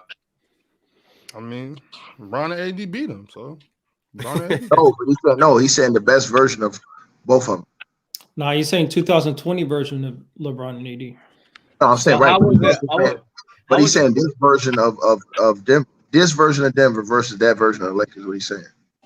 Yeah. I seen Bron and AD beat him. So. This should be a sleep. This should be a And sleep. I seen them niggas get. Hey, what that mean? What that mean? It means I seen them beat him. Like I said, I seen him get swept. Yeah, but that was a different Bron and AD. We're talking about 2020. Bron They and AD. You talking about the bubble? Yeah. 2020. Well, I don't know whatever it was. 2020. Bubblicious. That's what we're talking about. Disney Channel. You call it what you want. Who you got? I don't care about Disney Channel. I got Braun and AD. Okay, Africa. Yep, I got Bron and AD, man. The complementary skills, the two-way ability, the versatility. Like when you talk about the duos and they're both two-way players and they're versatile as well. Two-way. LeBron ain't two-way. Hold on, LeBron is not two-way. In 2020, he was a two-way player. Yes, he was. He was not a two-way player, bro. Yes, he was. Don't do that. Don't do that. He was two-way enough to beat them niggas. Exactly. He played well. Bob, you talking about that version, Bob? I'm going with the guys that are two-way. He make it seem like LeBron impact was winning more that on a higher level. I'm going with LeBron and AD. I'm going with LeBron and AD. Hey, Bron, real talk, stop bringing up Bron with these two niggas on the show, Hey, you know I can't help myself. Shit, we got a whole LeBron segment right after this. Real talk. Who you got? Oh, bet. By the way, for Mookie and Ticket, the Lakers were number one in the West prior to the shutdown, number one, and Bron was number two in the MVP race, only to Giannis before the bubble. So they were how many games were being played before the bubble. 50 So plus. No, we ain't talking about that. We talking about he said he was a two-way player. He wasn't. He ain't played defense in I'm Miami. just saying when 2020 AD and Bron got brought up, all y'all said was I feel you on that. I'm saying he said that his reasoning was because they were two-way players. LeBron did play defense in the playoffs. He was playing defense. I don't know. Y'all really didn't even let him finish his explanation. But yeah, it's all good. Go ahead. My bad, Bobby. Oh, but yeah, I'm definitely taking. All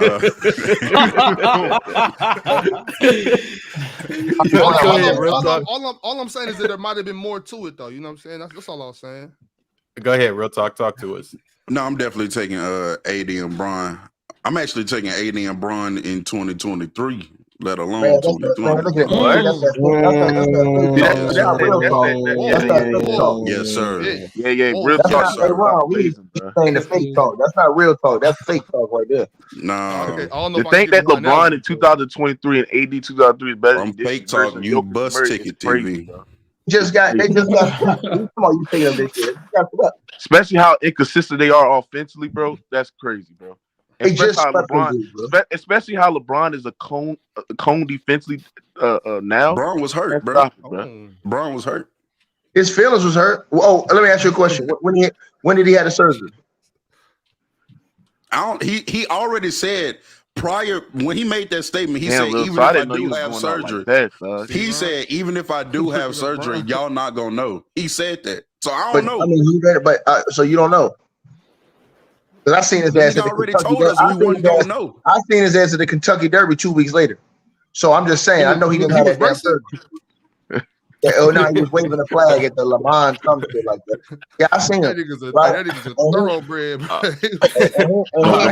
PDs didn't work this time, man. So I don't want to hear about no injury, y'all. The only thing that was hurt was that nigga feelings when he went up there to the podium. Brown was out there racing at the Kentucky. I feel you. I mean, of the four, them PDs didn't work. Of the four, I got Jokic as the best player, but the next two is AD, Bron, and then Murray. Murray's the worst player of the four. That's not true. That seems to be recurring. So wait, Ticket. Murray better than Bron? Say what? Murray better than Bron? He Or played AD? better than LeBron this year in the playoffs. He outplayed both of them in that series. Okay, but is he better? Is he better than one Yeah, of them? because you're only as good as your last game. So yeah, he You're is. what? Oh, Well, LeBron's Jamal- last game he had Jamal- 40. LeBron's last Oh, game he had really? 40. Only Jamal as good as Murray your last he had game? 40. Real talk. So Yeah, hey, didn't Jordan LeBron- can't be the didn't GOAT LeBron by that have metric. 40? Didn't LeBron Yeah, have 48, LeBron's last 9 game the he had last 40, and game? Jamal Murray's Hold last game he had 40. Yeah, and what on, he do in the second half, Did he take Mark? that L? Hold on, didn't he take that L with him too? Bro, Mark, happened what he do in the second half? What happened when it was time to close the game? What happened? What happened to He that hit the 40? side of the backboard. They He killed was too Paul tired. George. He Side of the old. backboard. You're only as He good as your was last tired. game. So Jordan is not the GOAT, Ron. You're only as good as your last game. Jordan looked horrible with the Kobe's the GOAT. What? Kobe's the GOAT. Facts. Kobe's the GOAT. Kobe's the GOAT. Mars, come on, y'all. Let's bring it back. Let's bring it back. Let's bring it back. Kobe. Mars, Kobe the GOAT. Jokic, and Jamal Murray versus LeBron and AD. Who are you going with? So just to clarify, the question is 2 top 3 players in the world versus a top 3 player in the world and maybe a top 25 player. Maybe a top Right. 25. Nah, he's top 20. No, we're not. We've already went over this. I'm taking the 2 top 3 players who complement each other very well, guard and big, well, forward and big, playmaking forward and big, whatever you want to call it. The best defender in the world, someone who was actually playing defense in 2020. Not all defense or anything, but was playing defense to a decent level. Get to the rim. AD could shoot at that time. You get praise for that? You get praise for playing at a decent level defensively? No, I said he was just playing defense. I never. You didn't praise him. If that's praise to you, then I guess. I mean, I guess it doesn't take much to praise someone. Crazy. But I just said he was playing Mars, get defense off at a your decent knees, level. bro. Yeah, my fault. Hey, you know what? Steph Curry can kind of shoot. It's crazy. Right. So yeah, I'm taking the 2 top 3 players. I'm taking LeBron and AD. All right, Mookie, who you got? See, this is tricky, Ron. And like, I think you did LeBron a favor, LeBron and AD a favor by mentioning 2020, because I do think that version of AD was like the best all around version of AD. I think AD was a way better perimeter shooter than he was now. I think he was, much consistent offensively, him and LeBron. So that being said, and we talking about this version of Jokic and Murray? Yes. Damn, because I think Jokic is even better than he was in 2020 than now, and I think Jamal Murray. Damn, it's fucking hard. It's really not. It's really. It is hard, but you It's really not letting hard, bro. your fanboyism thinking it's not that hard. No, it's just knowing ball. In 2020, Murray is not messing with AD or Bron in This 2020 right here- version. It's not even This close. right here, this right here is so close. But I'm like, It's really not, bro. okay, so let me think about this. You So guys must think Jokic is the GOAT. On God, I like. hold on. Jokic is top 12, Mars. Hold on. This It was, is but the thing, Mookie, how you said that how you said Ron did Bron a favor. Every single other options leading up to this point was the prime version. If anything, Ron did Yeah, Jokic we and could- Jamal a we favor because couldn't do that. he's making a stop in 2020. It was impossible. You know what I'm saying? That's doing them a favor. Facts. 'Cause this wouldn't even be a conversation if we kept the same criteria for Well, this. I'm gonna say since AD was the best player in 2020, I'm gonna go with AD because I think he was much consistent offensively and the defense. I don't think he was. I don't think the version I see AD defensively. I think that was much a better version than 2020's, but he was still elite defensively. So, and LeBron was consistent offensively as well. And I think he was a much better defender than he was in 2020 than he is now, because now he's fucking cold. So yeah, I slightly go with LeBron and AD. All right, cool. Ticket, who you got? Man, you asked me that question, bro. Man, it's Jokic and Murray, man. And all the rest of these Negroes cap. Man, At the end what of happened the to day- the ticket that love but why, defense? Tick? What happened to that ticket that love defense? What happened to Who that? capping Hey, ass look, so niggas? what happened to the defense? What happened to the defensive kid? what happened to what? 2020. Right, but 2020, they got bailed out by Dwight, the booty goon playing the good defense. That's If Dwight Howard don't play, if Dwight Howard does not play Dwight Howard the defense in defense that series, So Dwight Howard AD changed wasn't that- playing defense. Hold on. Dwight Howard and Rondo changed that series. AD wasn't playing no defense ticket. No, you ain't hear what I said. I said Dwight Howard and Rondo changed the series. Oh, I thought it was when AD. The way Rondo played and the way Dwight Howard played. Remember, they moved Dwight Howard up into the starting lineup in that series because of the effect he had on Jokic. So that had more to do with those role players than it did with LeBron and AD back then. Then now you can see it because when Rondo and the Booty Goon ain't there no more, they got swept. Simple as that. Simple. Maybe Fake talk. I want you to open your mouth. This is after y'all picked them to beat Denver this year before the series. Y'all picked the Lakers to beat them. So now that they picked that ass, and I'm gonna pick them this year. Hold on. So now that they picked that ass, I want you to stand on that fake talk. Stand on that. I'm standing on it. Hold that L. Stand all the way on it. I'm standing. You taking the Heat this year? You taking Jimmy and them? Hey, they was in. Hey, guess what? They was in the finals, right? They went further than the Lakers. Yeah, they in two. I'm taking Jimmy and Bam over AD and LeBron James right now. Yes, because they living in the finals. LeBron James and AD living in the IR. All right, so I got the Western Conference Finals, but I got two more duos to get to. All right, this next duo that I'm about to say, it's during the year that they played with each other, and the year that they went to the finals. I got Shaq and Penny Hardaway. Oh, well, this is obvious. Jamal Murray is just the best player here. So this is I got Shaq and Penny Hardaway. Who are we taking as a duo? Oh, man. First, I do want to say real quick that in that last argument, it's obvious that KCP is the X factor. But anyways, let me move on. Don't forget Caruso. Defensive KCP in 2020, the Lakers. KCP in 2023, the Nuggets. There's a consistent thing here. Hey, CP. But, when you right, you right. Yep. It's like Jay Crowder on Miami and then the Suns. Fact. It's like Iguodala on the Warriors in 19, then Miami in 20. This is the thing about this matchup, bro. Oh, is it better yet, Mars? It's like what was that dude that was on the Warriors and the Patrick McCaw going from Golden State to Toronto. There we go. Y'all just I was about to let Dub be that serious. sassy on camera. Y'all trolling. But this bro, you snapped at the camera and said something. Like, what are you doing? Snapping like you trying to remember like this or what? No, he what kind of snap is that? I'm gonna let you get a chance to clarify this. It's what Bob said.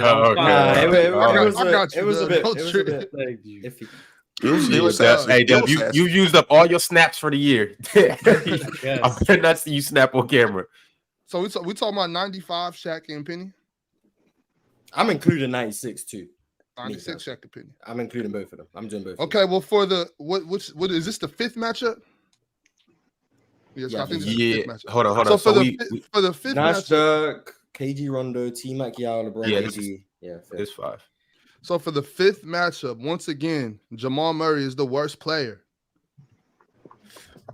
And Shaq is the best player. So you know how that goes. I mean, math is math. Oh, my skibble. Go ahead, Dub. Who you got? Who I got? I got Shaq and Penny. Who's the best player out of the four? Shaq. Who's better, Penny Hardaway or Jamal Murray? Don't do this. I'm just asking the question. Oh, do this. Come on, I'll put you in a solo layout. Penny. Oh, Penny. Interesting. Okay. Penny Hardaway is better than Jamal Murray, Ron. Penny Hardaway, but going by ticket logic, mentality, the separation of mentality. We know Shaq, one of the most dominant players in NBA history. So if you go by that and the dominance and the mentality to execute and be that killer, and something playing in that hard-nosed 90s defense. 90s era coming up against great bigs of the 90s, all right? Cooking, even though he came up against one of the greatest defenders of all time in Olajuwon and fell short a little, with Penny Hardaway early in their careers, earlier than what Jokic and Murray did, we should go with the killer called Shaq and Penny Hardaway. That's what we should do, right, Ticket? That's what we should do. All right. Real talk. Who you got? Shaq and Penny. Yeah. Not much to Shaq talk about. The best player. This is really not much to talk about. Shaq the best player. Penny better than Murray. All right, Mars. I'm gonna go a step further. Shaq and Penny. Penny's closer to Jokic than Murray is to Penny. I 1000% believe Facts. that. I 1000% believe that. Mm. So yeah, I'm gonna go Shaq and Penny. Shaq was. If you made an argument for Jokic, I'd disagree with it, but I could understand kind of. So I'm gonna go Shaq and Penny because Shaq was at that point top 3 player in the world, maybe, right? Top 4, maybe, if you were being pessimistic. MJ wasn't even there. So David Robinson, Hakeem, Shaq.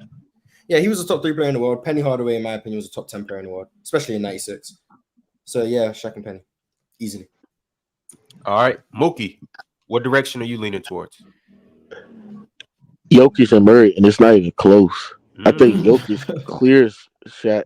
I think Jamal Murray clears Shaq. Wow. No, I'm trolling.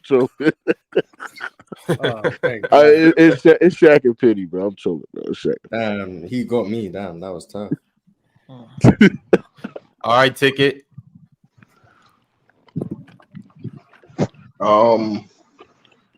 It's tough. I mean, that's a good question right there, bro. I have to go with Jokic and Murray. And the reason why is because I think they can win more together. They were already won together. Shaq and Penny never did. So that's easy work. A caveman can do it. Facts. Where do you rank this duo all Hold time? on, because I know you like losing, fake talk. As great as Shaq and Penny, I'm a Lakers fan. We have 17 world championships. I'm a Lakers fan too. I'm a Lakers fan too. No, you LeBron James fan. No, hold on. You're a LeBron James. Hold on. Fake talk. You're a LeBron James fan. Dub, who's my favorite player? Dub, who's LeBron James. You can't talk nothing about the Lakers before LeBron James. Jason Tatum. You are LeBron. Hold on. Fake talk. How long you been a Lakers fan? Fake talk. What are you talking about? How long you been? Hold on. My favorite player all time. How long you been a Lakers fan? How long you been a Lakers fan? My whole life. Oh, you been a Lakers fan your whole life?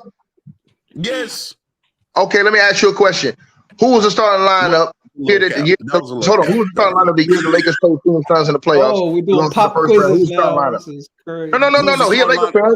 Yeah, who's starting lineup? In 06. Yeah. The year they lost to Phoenix in the first round. Yeah, I'm gonna take you right now. Don't Google it. Don't Google it. Don't move your hand. Put your hands in that sky. I got Kobe. It was Kobe, Smush Parker, Kwame Brown.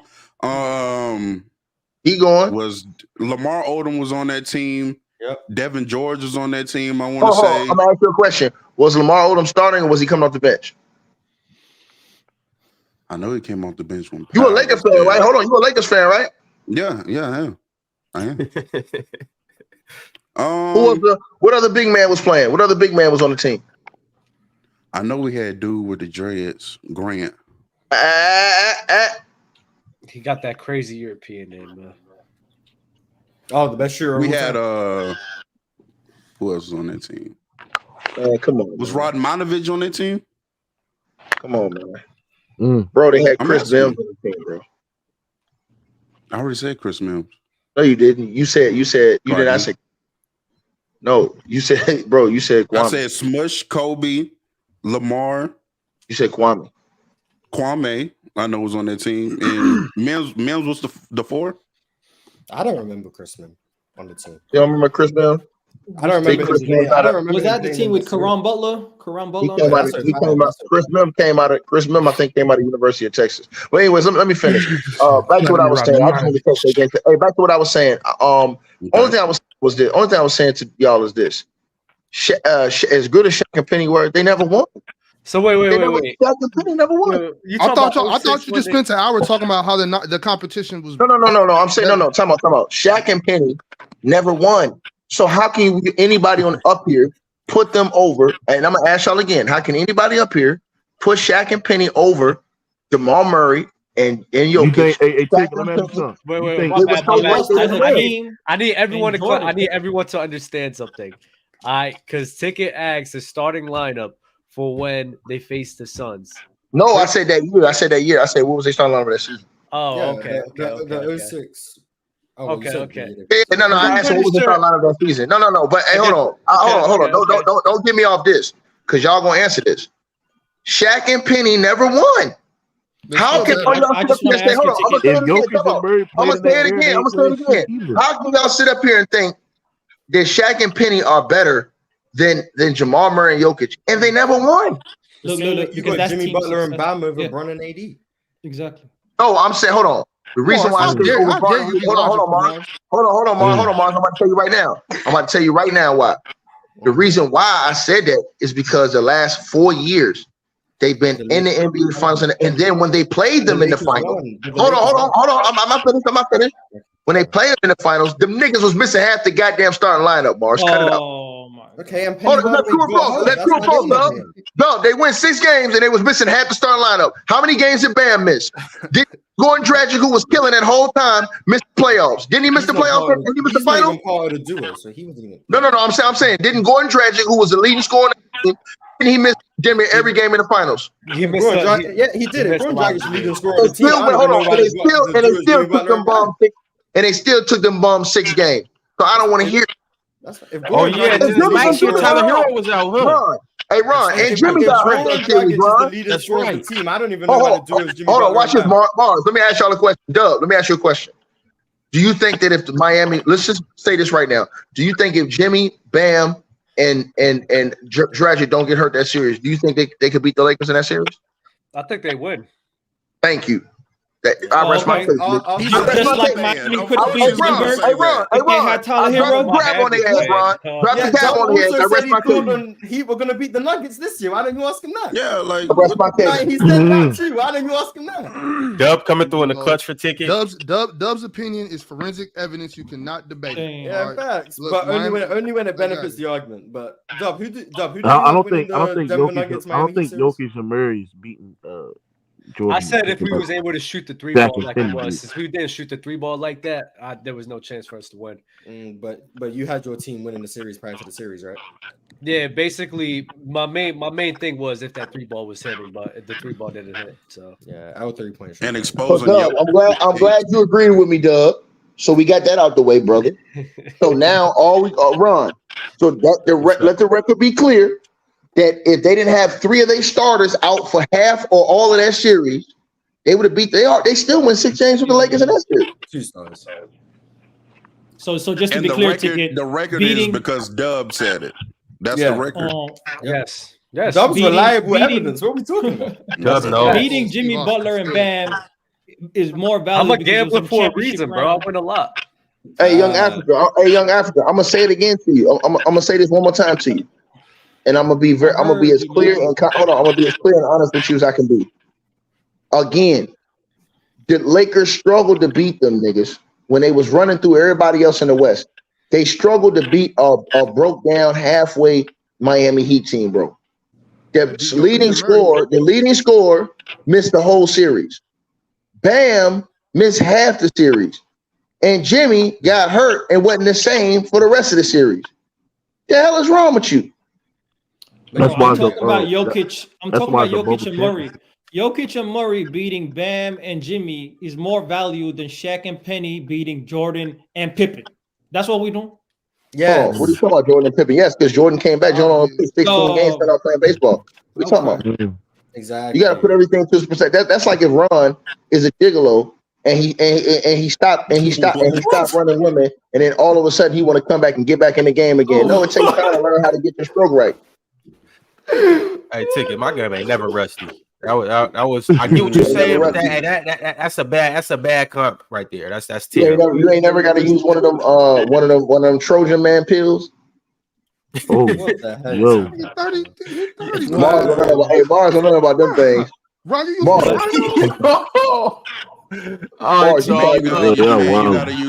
You gotta use Blue Chew. Mars will be a man right now. He'll be a man right now. Y'all better start eating some fruit and getting your cardio in. Yeah, y'all use rhino pills. Bob, Mars just take one of those before you go holler at Taylor Swift, and I guarantee you won't ever be the same again. Mars, don't do that, bro. You too young. So I got one more. I got one more duo. Hey, Blue Chew. By the way, if y'all got some sponsorship, you know, hey, We'll push it for you. You know, hey, it's the reason why Africa got this background. Are you a hey Ron? Are you a Trojan man? Ticket. We after look like he just if anything, if you're gonna do anything, don't use one of Hey, the I think Bob be using. I think Bob probably using Bob. What you be using, the Durexes or the Trojans? What? Man, get y'all some macaroon. You going raw dog, Bob? You be raw dog.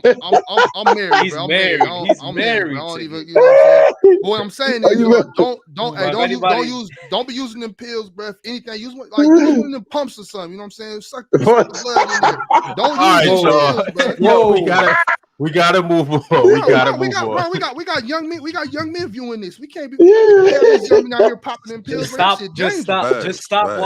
Stop watching corn, man, and just go out there. You know what I'm saying, man? Eat some fruit, man. Get some cardio in. Then get you some macaroon. Some macaroon. Practice semen retention. Chia seeds. Chia seeds are stop busting nuts every single day, man. Y'all relax.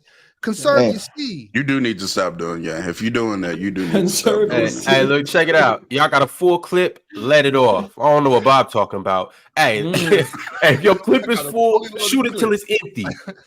What would happen to Mars if Brittany Renner did to him what she did to Charleston White? Mars, your mind would go crazy, boy. You'll be a man right now. Man, she was tripping in that area. You ought to kick that bitch. Mars' eyeballs would have started rolling in the back of his head. Oh my God! She was off the sun. She was off the earth. But okay, my bad, Ron. That what it looked like. The youngsters, though. Y'all good? Yeah. Is there anything else y'all want to talk about in terms of, you know? I mean, you can ask Dookie. I think Kawhi need one of them jumps before his knees. Oh shit! Kawhi need one of them pills to get his knees strong. No, your bald headed ass needs something. Every time when you sweat getting this fucking takeout, your ass need them shits, nigga. Hey Mookie, Kawhi need that shit for his knees, nigga, because them knees is cracked. Nah, yeah, shit. I don't know. Shit. All right, y'all. I got one more duo. All right, it might clear, it might not, but I'm gonna go with Tim Duncan and Tony Parker. Give me Tim Duncan and Manu. Give me Tim and Manu. I'm picking Tim Duncan and Manu over Tim Duncan and Tony. So. If I gotta go Tim Duncan, that's why I'm going Tim. That's why I'm going Tim and Tony. Okay, I could dig that. And they prime, right? Giving us the worst duo to make it closer. I get it. This is in 05. Tim and 07. Okay, that's a prime, right? That's a prime. Oh, that's when Tim. Yeah. You can't say nothing about winning on this one. Winning. All I say is they ain't win back to back. They ain't win back to back, and I got to see if Denver can win back to back. If Denver can win back to back this year, then I will revisit this and I'll put them over them two clowns. Okay, well, Ron. So you said Tim. Wait, so if Denver win back to back, they're over Bird and McHale as well. I mean, if you can win back to back, if they did something that they couldn't do. I mean, bro, listen, y'all rank Tim Duncan in them high. I think he deserves to be ranked high. He got 5 championships. But when you can't win back to back, that lets me know something, bro. You ain't as dominant as some other guys who could. Because the West was tough. Or he was no. They lost. No, they had a chance to win back to back, and they lost against Miami. Is Jamal Murray and Jokic better than Moses Malone and Dr. J?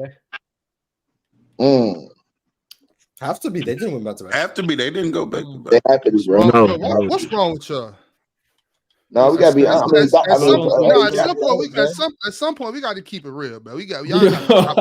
I mean, so what if it's 2 top 5 players in the world on the same team? Who cares? But we will never ever have a conversation about. We will never ever have a conversation about Bird and McHale in comparison to these two.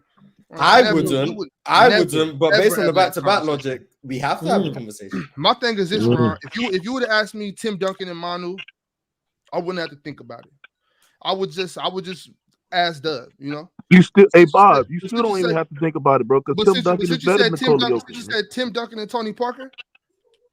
I'm gonna say ask Doug because it's still obvious that Tim Duncan and Tony Parker clear. All right, come on, man. All right, you know what it is, Bob. You ain't tripping, man. I think this is another sweep. I thought you were about to say something. Nah, I would never. I go with Timmy and Tony. But it's a boring topic. It's a No, boring we're talking about the comparison. Spurs. We're talking about the Spurs. It's boring. The moment yeah, the the Spurs Spurs, come on, yeah. look, you're Spurs ain't never no going one back to back cares. run. That's boring as hell. Hey, I'm sorry if I'm putting the viewers to sleep. Yo, Africa, who you got? I got Duncan and Tony Parker. You know, the consistency is what the major thing is. So we're gonna see if Jamal Murray and Jokic can do that. But Mookie, notice we ain't talking about Tony or Kawhi Leonard or Tim Duncan or Kawhi Leonard. Notice we ain't talking about PG or Kawhi Leonard. This is about great duos. Just listen. Hold on, because first of all, when Kawhi and Duncan won championships, Kawhi was like not in his prime. You Duncan guilty too, was out man. of his, Duncan was out of his Duncan was out of his prime too as well. He's 38 years old, so yeah, compared to prime players, he was with you know what I'm saying. Kawhi and Lowry. All right, real talk. Who you I got? don't think that's a bad take. Yeah, I got Tim and Tony. 2019, I might go Kawhi and Pascal. I'll give it to him in 19 for sure. Over Jokic. Yeah, I'm Murray? going. I don't know about that. I don't know about Jamal that. Murray is so hype, bro. Can we stop this shit? Damn, you hate Jamal Murray. All right, I'm real going, talk. Who you got? I'm going Tim and Tony for sure. Who is that saying Houston is a little washed? What Houston? I know you ain't talking about my city. Yeah, Timmy and Tony. Go ahead, Mark. I think it's been the case for every single duo. Jamal Murray is the worst player here again. Respectfully, very good player, just doesn't stack up to Tony. It ain't respectfully, Mars. Every single one of these parties, Y'all disgrace, man. Mars. Every single one of these parties, these niggas is looking at Jamal like, yo, how you get on the list? Who invited Mars, you? you a disgrace, Mars. You're a disgrace, bro. How am I a disgrace? Because you keep talking about some Jamal Murray. The word Jamal Murray is better than Tony Parker, bro. No, he's not. No, he's not. Jamal Murray, Oh, dude, capping for young cats. Here we go. Jamal Murray is a better basketball player than Tony. Hold on, we're gonna stop. Hold on. We're gonna stop this right now. We're gonna stop this right now. Hold on. Jamal Murray is a better basketball player than Tony Parker. That's fact. It's about basketball. Old dude capping for young cats. Crazy. Old dude capping Hold on, for but is he not? He don't got no Finals MVP ticket. He don't got a Finals MVP. He don't have a Finals MVP. Come on, Nick. Okay, come on. Is he better Finals MVP? Is he better than Kawhi? All right, then. Is he a better defender? Is he a better defender? No. Hell wrong with you, man. Hey, no. I'm trying to Mars and disrespecting. Murray. Jamal Murray. You do the same thing. No, you do the same thing. Low do. You and Low do that shit all the time. Y'all always downgrade Jamal Murray, bro. If y'all was I say it's disrespect. If anybody in this channel will sit here and think that that Tony Parker is a better basketball player than Jamal Murray, man, I'm sorry, but we can't talk. What are we talking about? Y'all really think Jamal Murray got more to his game than Tony Parker? Who the better defender? Water bottle analogy? What about the water bottle analogy? Respect the water bottle, man. Y'all niggas, man. Yo, that's sad. That's sad. So I just want to get this clear. I'm the disrespectful one for saying Tony Parker is better than Jamal Murray, but you're not being disrespectful. You kept saying, yeah, oh well, Jamal's the worst in this group. How he the worst in that group? He balling better than half of them niggas. I'll go through every single team. The first one was Dirk and Nash. Nash is better. The second one was KG and Rondo. I'm willing to have a conversation. Are you sure Nash is better than Jamal Murray? No. He's trolling. But Rondo, I'm willing to have a conversation. Hey, Chicky, where Jamal Murray? I'm going to take Rondo over Jamal Murray, but I'm willing to have the conversation. That was one that I said was close. Rondo and Jamal Murray, I believe is kind of close. The next one was T-Mac and Yao. Tracy McGrady clears. The next one was LeBron and AD. LeBron James clears. Saying T-Mac couldn't get out the first round, Mark? Yes, Tracy McGrady is better than Jamal Murray. And then the next one, we're now on to Tony Parker and Tim Duncan. Tony Parker to me is better. Me saying Jamal Murray's been the worst one. Tony Parker, hold on. What about Tony is better than Jokic? I mean, excuse me, Murray. Murray's a better scorer. Parker's a better defender. He's a better defender. He's a better scorer. He's a better defender. He ain't no better defender. Yes, he is. Man, shut your ass up, man. He is a better defender. He's a better defender. Hold on. He's a better defender. And he can run an offense just like Tony Parker can. No, he cannot. He ain't no better playmaker. He ain't no better passer. He ain't no better defender. Hey, Ron, y'all gonna let this disrespect go down like that, bro? Man, The only one that I think is particularly close is Rajon Rondo. I'm willing to. That's it. I think that's kind of close. Everyone else, I think, is just better. Bro, that's crazy, bro. Y'all disrespect Jamal Murray. Where Tony? Jamal Murray. I'm sorry if you find it disrespectful that I think Tony Parker's better than you.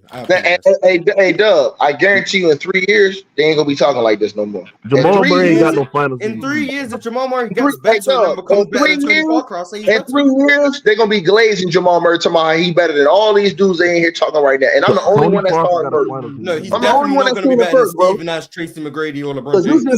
Hold on, I think he's better than Steve Nash as a basketball player right now. Yeah, but you think Shai Gilgeous-Alexander's better? No, Steve Nash have a better career as far as accolades. But if we talking straight basketball, I think he's a better basketball player. And I think that's hate. So where do we go from Ticket when you talking about better basketball player, when you talking about better basketball player, right? Why is he better? How is Jamal Murray better than T-Mac? I'm about to get you right now, Fake Talk. I'm gonna ask you, Fake Talk. Is he a way better defender than Steve Nash? Yes or no? I'm not even trying to have a Nash conversation. No, don't run. Do not run, Fake Talk. Don't run for the question. You just asked me. Now I'm gonna eat your ass. How is he better than T-Mac? Hold on, sir. You just asked me. Now I'm gonna eat your ass. Is Jamal Murray a better defender than Steve Nash? Yeah. Is Jamal Murray a better defender? Sure. Answer the question, nigga. This ain't hooked but on it's funny. It's the mid-off though. Okay, he's a way better defender. That's half the game right there. Hold on. He's a way better defender. That's half the game right there. But I know you guys don't watch the whole game. You only watch one part of the game. Now, I didn't ask you about Nash. Hold on. I give you. Hold on. I'm about to finish. I give you Steve Nash on the playmaking, right? Mm-hmm. Jamal Murray's a way better scorer than that nigga. So there you go right there. Jamal Murray's a way better defender. He is a way better scorer than Steve Nash. That nigga, Steve Nash on an MVP average of like 15 and 16 points, man. Cut it out, nigga. Go to the playoffs and look at the efficiency. Look at that. Look at the volume. Real talk, look his at the volume of is Jamal low, Murray. What are you talking about, real talk? You can say Jamal Murray's a better scorer if you want. I'm just saying, especially in this logic of better scorer and defender versus the person who's a better playmaker. Hold on. That's why. Hold on. But that's why. Hold on. That's why. Mars, watch this right here, Mars. That's why Dookie put Kawhi over. Hold on. That's why Dookie put Kawhi over KD because I think Kawhi's a better defender. No, I'm saying, but he thinks Kawhi is the better. He thinks Kawhi is a better defender. He thinks Kawhi is a better defender. He thinks Kawhi is a way better defender. Hold on. So that would be the separator, right? Is that Kawhi is a way better defender? I disagree with Mookie. No. I'm saying hold on. But I'm saying I would agree. Hold on. I would agree with Mookie's point. Because I do think Kawhi is a way better defender than KD, and then the offense is close. So the offense is close. Kawhi is better. It doesn't make sense because you have Magic Johnson top 5. I can name plenty of people. No. Listen, but Mars, it does. Hold on, Mars. It does make sense. I have him top 5 based off not just his game, but his accolades. I ain't talking about straight basketball. No, I'm talking about straight basketball. So I'll ask you a question. Who's a better basketball player, Kevin Durant or Magic Johnson? Kevin Durant. I like this. Okay. This is what I like. But Mars, I'm gonna tell you, hey Mars, I'm gonna speak Mars. I'm gonna speak the truth. A lot of the guys we got ranked high. A lot of the guys we got ranked high is because of what they achieved in the game. No, not me. Your accolades can be good, but y'all just up here. Hey Ron, this is nasty what they do for them to sit up here. And I just told Fake Talk, and he just agreed. Jamal Murray is a way better defensive player than Steve Nash. Hold on, Fake Talk. Jamal Murray is a way better defensive player than Steve Nash. That's half the ball game. Hold on. That's half the basketball game right there. You guys don't appreciate defense as much as y'all should. So when we talk about a guy like Jamal Murray, who's a way better defender than Steve Nash, the only thing Steve Nash does better than Jamal Murray is playmate. Other than that, Jamal Murray is a better scorer. It's carrying offense. That's what he does better. He thinks Kevin Durant is better than Magic Johnson. We got the TikTok clip. He is better at Kevin Durant's a better basketball player than LeBron James, but LeBron's ranked higher.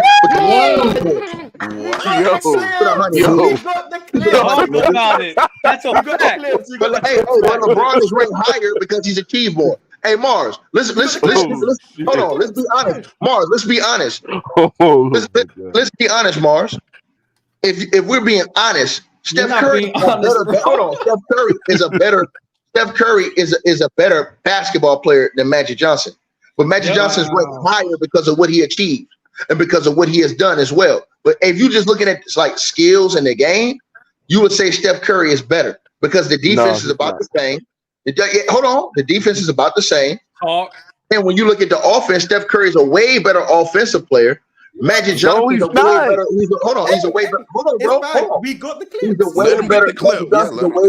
Magic Johnson's a way better distributor and a way better point guard. But the thing is this: Steph Curry wasn't asked his whole career to play a typical point guard position, so it's hard to rate him as a playmaker in general because he didn't have that type of responsibility. When you look at a guy, when we talk about a guy like KD and LeBron James, KD is a better basketball player. He's more skilled than LeBron James. He's not. But LeBron James, hold on. Yes, he is. Hold on, let me finish. But LeBron James is ranked higher because he's achieved more in his career. A lot of dudes. You can say that. Listen, Hakeem Olajuwon is a KD do better than basketball than LeBron James. Hold on. Hakeem Olajuwon is a better basketball player than LeBron James. But everybody in here would rank LeBron over Hakeem, nigga. And most people will rank Hakeem, LeBron over Hakeem because of LeBron's accolades, nigga. But Hakeem was a way better basketball player than LeBron James. He was way better defensively, and that's not close. And he was way better offensively, nigga. Let's get your ass up. Yo, what does how does that apply to KD? Hold on. Hold on, Ticket. What does KD do better than LeBron at basketball? Outside of scoring, he's a better scorer. He's a better scorer. Hold on. He's a way better scorer. That's for one. Let's put that right now. He not just running dudes over, bulldozing dudes to get buckets. He's also showed you. Because KD didn't hijack all these niggas. About LeBron like hold on. Listen. KG didn't hijack all these Negroes' careers on his team and make everybody else. I'm saying, what does he do better than basketball? Let me finish. Let him finish. Hold on, let me finish, Mookie. KG didn't hijack all these other niggas' positions on his team because he wanted to do everything and have everybody say he did everything. He played his role. But I'm gonna show you something. When KD was asked to play that role, he showed he could do the LeBron James role and go get triple doubles when he wanted. So when he asked that, he can go do that. LeBron James, he dumbed down all these niggas around him, stole their roles, made all these point guards and all these other dudes irrelevant because he wanted to play every position on the court so that people could give him praise and say he was his all-time great all-around player. So no, that shit don't work on me, nigga.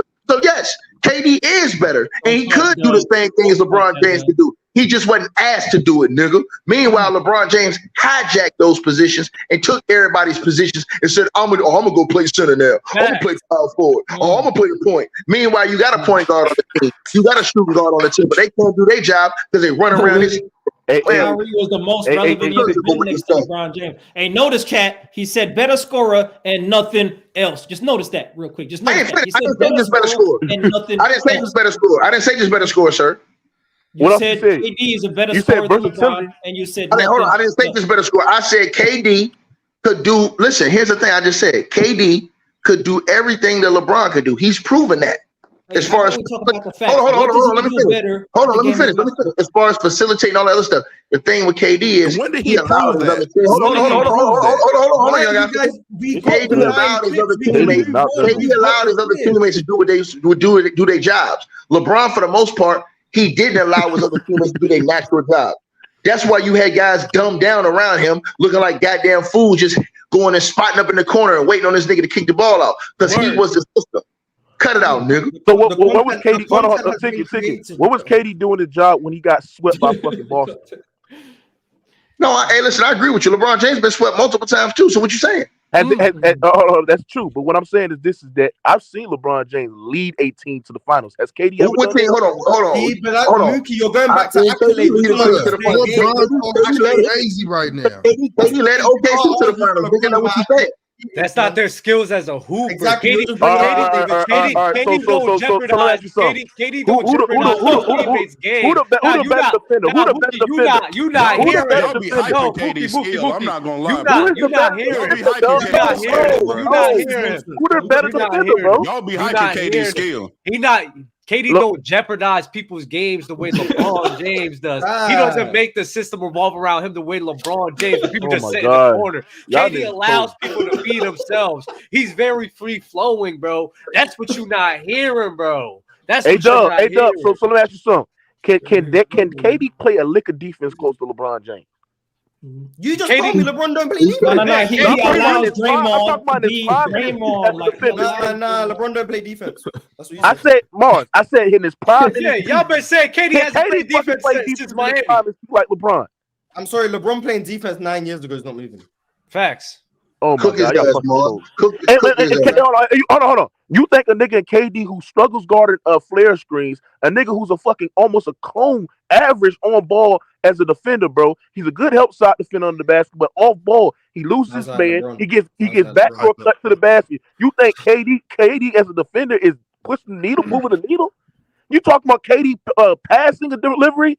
The delivery of his passes and his playmaking is very, very questionable as well, bro. Man, stop that. A nigga that struggles against physical defense, man, stop this nonsense, man. I know y'all niggas trolling. You remember when teams were going under ball screens on LeBron James because he couldn't shoot? That's true. Hold on. I do remember teams were literally just double teaming Kevin Durant because his inability to play making pass.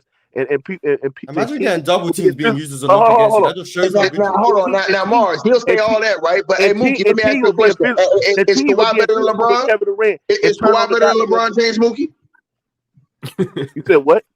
Is Kawhi better than LeBron James? No, LeBron at his prime and his peak is better.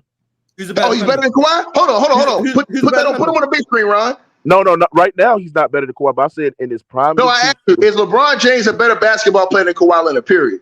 In his prime and his peak. No. I ain't asked you that. I said: is LeBron James a better basketball player than Kawhi Leonard? No. Right now, hell no. I ain't asked you right now. I'm talking about period. Okay, for the last 5, I would say the last 5 years. No. I'm saying overall. I'm saying when you look at them two as basketball players, do you think LeBron James is a better basketball player than Kawhi Leonard? In LeBron's prime and in his peak, he's better. Okay. I got him on tape, Ron. Put that on the short, Ron. Put that on the short forever. Who's the better scorer? Put that on repeat. That nigga said LeBron is better than Kawhi. I don't know when you say nothing else again. Hold on, I think Kawhi in his prime in his peak is a more efficient scorer than LeBron James, and primarily he's a better scorer. No, he's a better scorer. You think he's a better basketball player than LeBron, nigga? That's it. He's a better scorer. He's a better defender. Let Mookie come up. Who's a better scorer? In their prime and their peak. This nigga ain't confident. You think LeBron's the best scorer? He's scared. Hey, Ron, what happened to Mookie, Ron? Hold when it came to Kawhi, that nigga was always confident. Mars. Don't you value longevity, Mars? No, the injuries got your value. You said in their peaks, LeBron's a better player, but you said Kawhi's a better defender, but you're saying LeBron's a better scorer, correct? That's what you're saying? In the scoring, Kawhi at his peak as a scorer in the postseason, give me Kawhi. Okay, so Kawhi's a better scorer and a better defender, right? Yeah. Who's a better shooter? Kawhi. Who's better off the ball? Kawhi. So LeBron passes better. That's it. Who's a better playmaker? Yeah, LeBron. That's it, right? Who's a better passer? LeBron. So that's it, right? Who's the better player? Transition is just part of scoring, buddy.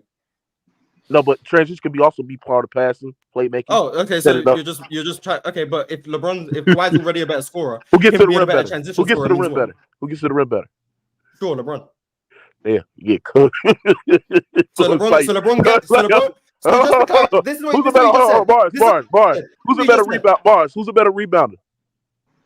Those empty LeBron rebounds are moving you. They're not moving me like Wide open, Bro, long this rebounds nigga on the trolling, wing. bro. You trolling, man. We I just want to trolling like clarify. this, bruh. Like, Mookie has yeah. said Kawhi's a and better rebounds scorer, aren't really but LeBron skills. gets Like, to the what are rim we better. talking about? That's what you said. You said LeBron's I still a think better scorer, Kawhi is but a he's better the best. scorer. Hold Hold on. I think Hey, Kawhi. I think Mars, that's what he Kawhi's the said, best Mars. scorer That's what he because he's said. more. That is Hold on. Doesn't matter that LeBron's a better transition player. Kawhi still scores better. Hold on. I think Kawhi's a better scorer because he's more efficient and he scores in more different areas than Exactly. LeBron. So James. him being better at the rim means what exactly if Kawhi's still a better scorer? Because I'm saying that if you can get to the rim, generate rim pressure, which is collapses the defense, I think it can And manipulate. that's I think why LeBron. LeBron's a better playmaker. We all gave you. I think LeBron's a better playmaker. LeBron manipulates defense much better than Kawhi Leonard, bro. Better Now I'm a playmaker, yes. Kawhi Better fan, bro. playmaker. I gotta say that shit, bro. Yeah, you're saying better playmaker in 7 different ways, giving him different categories. You're just saying better playmaker. Okay. So what I'm saying is this: is that you can be different in all those categories. Like, let's go to Steph Curry and CP3. He's by Who's a better playmaker and passer? Chris Paul's Chris more Paul's a skilled. better player. Chris Skill Paul's set more wise, skilled. Chris Paul's a better player. Yes. But based on accolades and achievements. But what about the impact though? Because you can be better in all different You're not aspects of the game. hearing it, But the bro. impact though. See, you're going The back. impact. Your impact is just going to end up going back to winning. We're not talking about winning. We're talking No. about The impact could be like, what do you do at a high level that is transcendent compared to relative to the era that you played in and what you did at the league? Like Magic playmaking and passing is more impactful than KD scored, in my opinion, because it led some of the best offense. They was one of some of the best transition teams ever as well, right? And its impact at a high level produced some of the best offense we ever seen. So, you have to factor in that. You know what I'm saying? Some of the best offenses we've ever seen leads to what? Leads to some of the most efficient offense. Okay, no. So I just because I've got a point here. So if they were leading some of the best offenses you ever seen, but they didn't win, would you be praising that? Do you factor in wins? Would you be praising some of the best offenses we've ever seen if they didn't win? Yes. So you keep the same energy for Steve Nash, right? Yes. So Steve Nash better than Kevin Durant, better than Kawhi Leonard, better than these guys because he led some of the best offense we've ever seen. I think KD and Kawhi led some of the best offense too, relative to the era. So then why'd you bring out for Magic if KD was doing the same thing? I think Magic playmaking and passing much more impactful than KD scoring. But KD was on some of the best offense we've ever seen. And Magic too. Okay. And just like Steve Nash was. Just like Steve Nash was. It's like with his playmaking and passing, just like Magic Johnson. The Mookie like getting backed up, man. So like Steve Kawhi. Nash had to be better than KD and Kawhi. And Kawhi's never been on an all-time great offense. So there's that. Yes, it was. He been on some of the best offense. What offense was all-time great? Name me one. What offense was all-time great? No, he been on some all-time great defense. He's been on some top 5 offenses in the NBA. Steve Nash has been on top 5 offenses all time.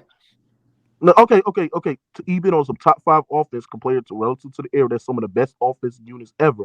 And on top of that, Kawhi Leonard has anchored some of the best. That's not how relative to the era. Kawhi's teams have never been some of the best offenses ever. Hold on. Kawhi has anchored some of the best defensive units of all time in the postseason. Steve has never. Yeah, the Raptors, sure. Yeah, one of the best playoff. Yeah, one of the best playoff defense all time. Yes. You know who the best playoff offenses of all time are? Who? Steve Nash, Phoenix Suns. So once again, so that's why I say. That's why I said. Kawhi is fine. Kawhi cool. Steve Nash has to be better than KD. Has to be. Offensively, you can make that argument. It's not like KD's led some of the best defenses ever. Yeah, that's why I say you can make that argument. And matter of fact, I would probably. But are you making that argument? I would probably pick Steve Nash. That's good. That's good. That's all I need to know. Thank you very much. All right, y'all. We gotta keep it pushing. I got a ton of super chats. I want to go ahead and run all of these down. Appreciate everybody that sent through super chats. If you haven't liked the video yet, like the video. If you have liked the video, appreciate you too as well. Subscribe to the channel. Go ahead and follow each and every one of these guys on their individual channels. Outside of this, everybody in this room is cooking up. So I want to tip my hat to everybody. What's up? I know that boy Young Africa feel like a sardine in a can over there with that whole show. You gotta be sweating bullets. Nah, man, we cool out here, man. Bro, Young Africa, they have no AC in Africa. It's nighttime. Hey, Ron, that boy got a bulletproof vest on there. That nigga Young Africa look like he just robbed some Camels. Hey, Bob, this fool came in here with the Tupac Shakur bulletproof vest on. He got the. Cool. But, Africa look like he just hunt It's some- nighttime, you know. It's about to be Beautiful. evening, Ox. You know what I mean? We're about to, go do something crazy. Nighttime, where you at?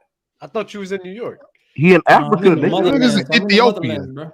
Oh, Damn, Yeah, he's gonna expose, bro, like that, He's dog. where? He's in Africa. man. I'm in the I didn't know motherlands, that. man. Oh, Yeah, man. I'm in East Africa. Man, if he rests around and take his eyeball out and put it in his mouth. Uh, All right, y'all. Back to the super chats. Riddell's GOAT takes sent through super chat. And he said, "I need y'all to ask Ticket who is better, Jamal Murray or Magic Johnson As a Ticket, it's basketball on you. player. As a basketball player, Magic Jamal Johnson. Murray's a better. For me, Jamal Murray's more skilled than What Magic. the fuck? Yo. Magic Johnson. Hey, look. Bro, kiss this nigga run. Magic Johnson is Oh, bro, you gotta beat this Magic nigga, Johnson is bro. the all-time great basketball player. But Cause listen, that's hey, bro, crazy. listen. When I'm talking about skills, bro, hey, hold on. I'm saying Jamal Murray can handle the ball too, and he can do things Magic couldn't do. He can pull up off the dribble. He has a way better jump shot. He can post up. Magic can post up, but he has a better post game. He's Better more post game. athletic getting to the basket than Magic. Magic was 6'9" and wasn't as athletic as Murray is. So, I mean, it's a lot of things that Murray does do better. He's a way better defender than Magic Johnson was. So cut the shit, nigga. So that means Hey, Ticket, can I ask you one question? I just want to see how you feel that about means this. Damian Lillard better than Magic. Too. When people say that this era is more skilled than the past eras, you agree with that, right? That this era is better. has Not better completely. players? Certain players, but not completely. General, like the average player now is more skilled than the average player back then, right? Let me think. Well, because see, I don't think LeBron has too many skills. I think that he can pass the ball. Ain't got nothing to do with LeBron. Hold on, Mark. Let me introduce you. He running niggas over. Then but you had guys like I said, you had guys that were skilled. Like I thought Isaiah Thomas was skilled. I thought Larry Joe Bird was skilled. Michael Jeffrey Jordan was skilled. Penny Hardaway was skilled. No, I'm saying, but I'm going through the whole list of these guys that had an extreme amount of skills into their game. Nowadays, I think that Please leave that the super NBA. chat I think the open. NBA is. I think the NBA is watered down. I think the skill level of the NBA is watered down. I agree with old boys there. Most of the skilled players are coming from overseas. They ain't even in the States. So when you're looking at guys like that, I'm just being honest. Who's a better basketball player, Giannis or Kevin Durant? Better basketball player? Yeah. Skills. Just skill set. Skills? KD has better skills than Giannis, but Giannis is a better player because he maximized more what he has. That's what I'm saying about LeBron. Even Magic. Magic didn't have the best jump shot in the world. Magic wasn't the best defender. But he maximized his skills. Hold on. Let me finish. He maximized what he had better than dudes who are more skilled than him. That can make you better. Like everybody in this chat. More applicable to Magic. Everybody in this chat, except for one person, thinks that Akeem Olajuwon was a better basketball player than LeBron James. But LeBron just maximized what he had more than what Akeem could do. These are facts. No, Ticket, I agree, but how is Magic Johnson not better than Jamal Murray? Magic Johnson definitely maximized his skills. No, I said no. Listen.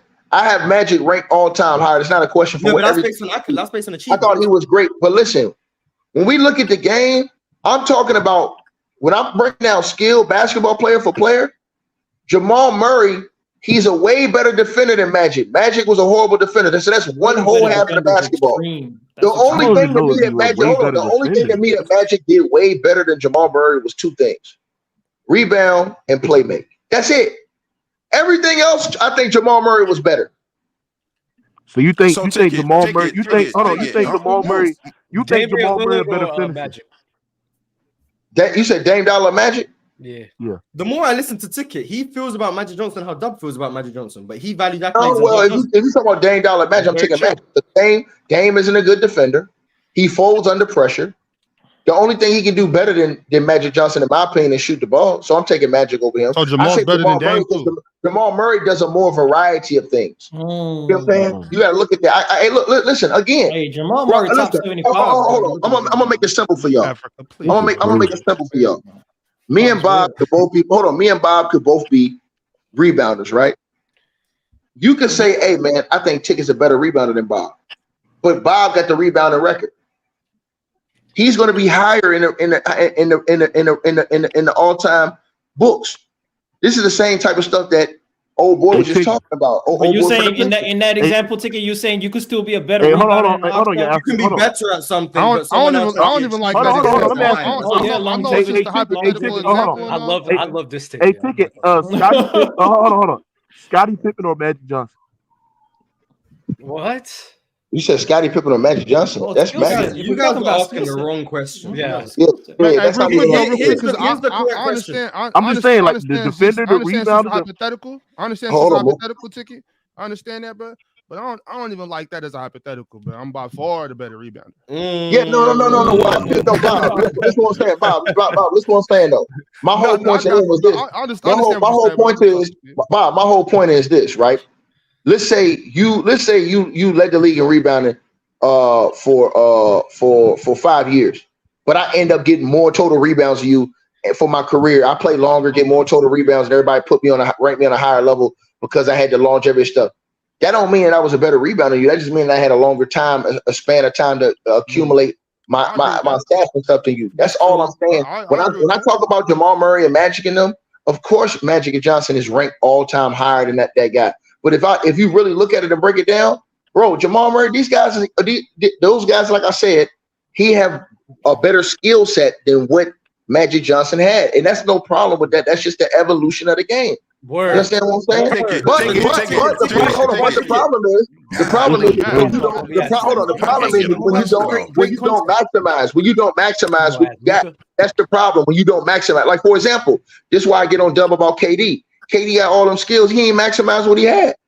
KD has not maximized all the skills that he had. Even though he's skilled. Facts. Yeah, no, I'm saying, but KD has not maximized his skill level. He hasn't maximized. Like LeBron, to be as less skilled as he was, he has maximized. But you said KD was better than LeBron as a basketball player. Wait, that's fine. Ticket, we need to hear your top 10 best, no accolades, no achievements, just the best basketball players. Who's the 10 best players?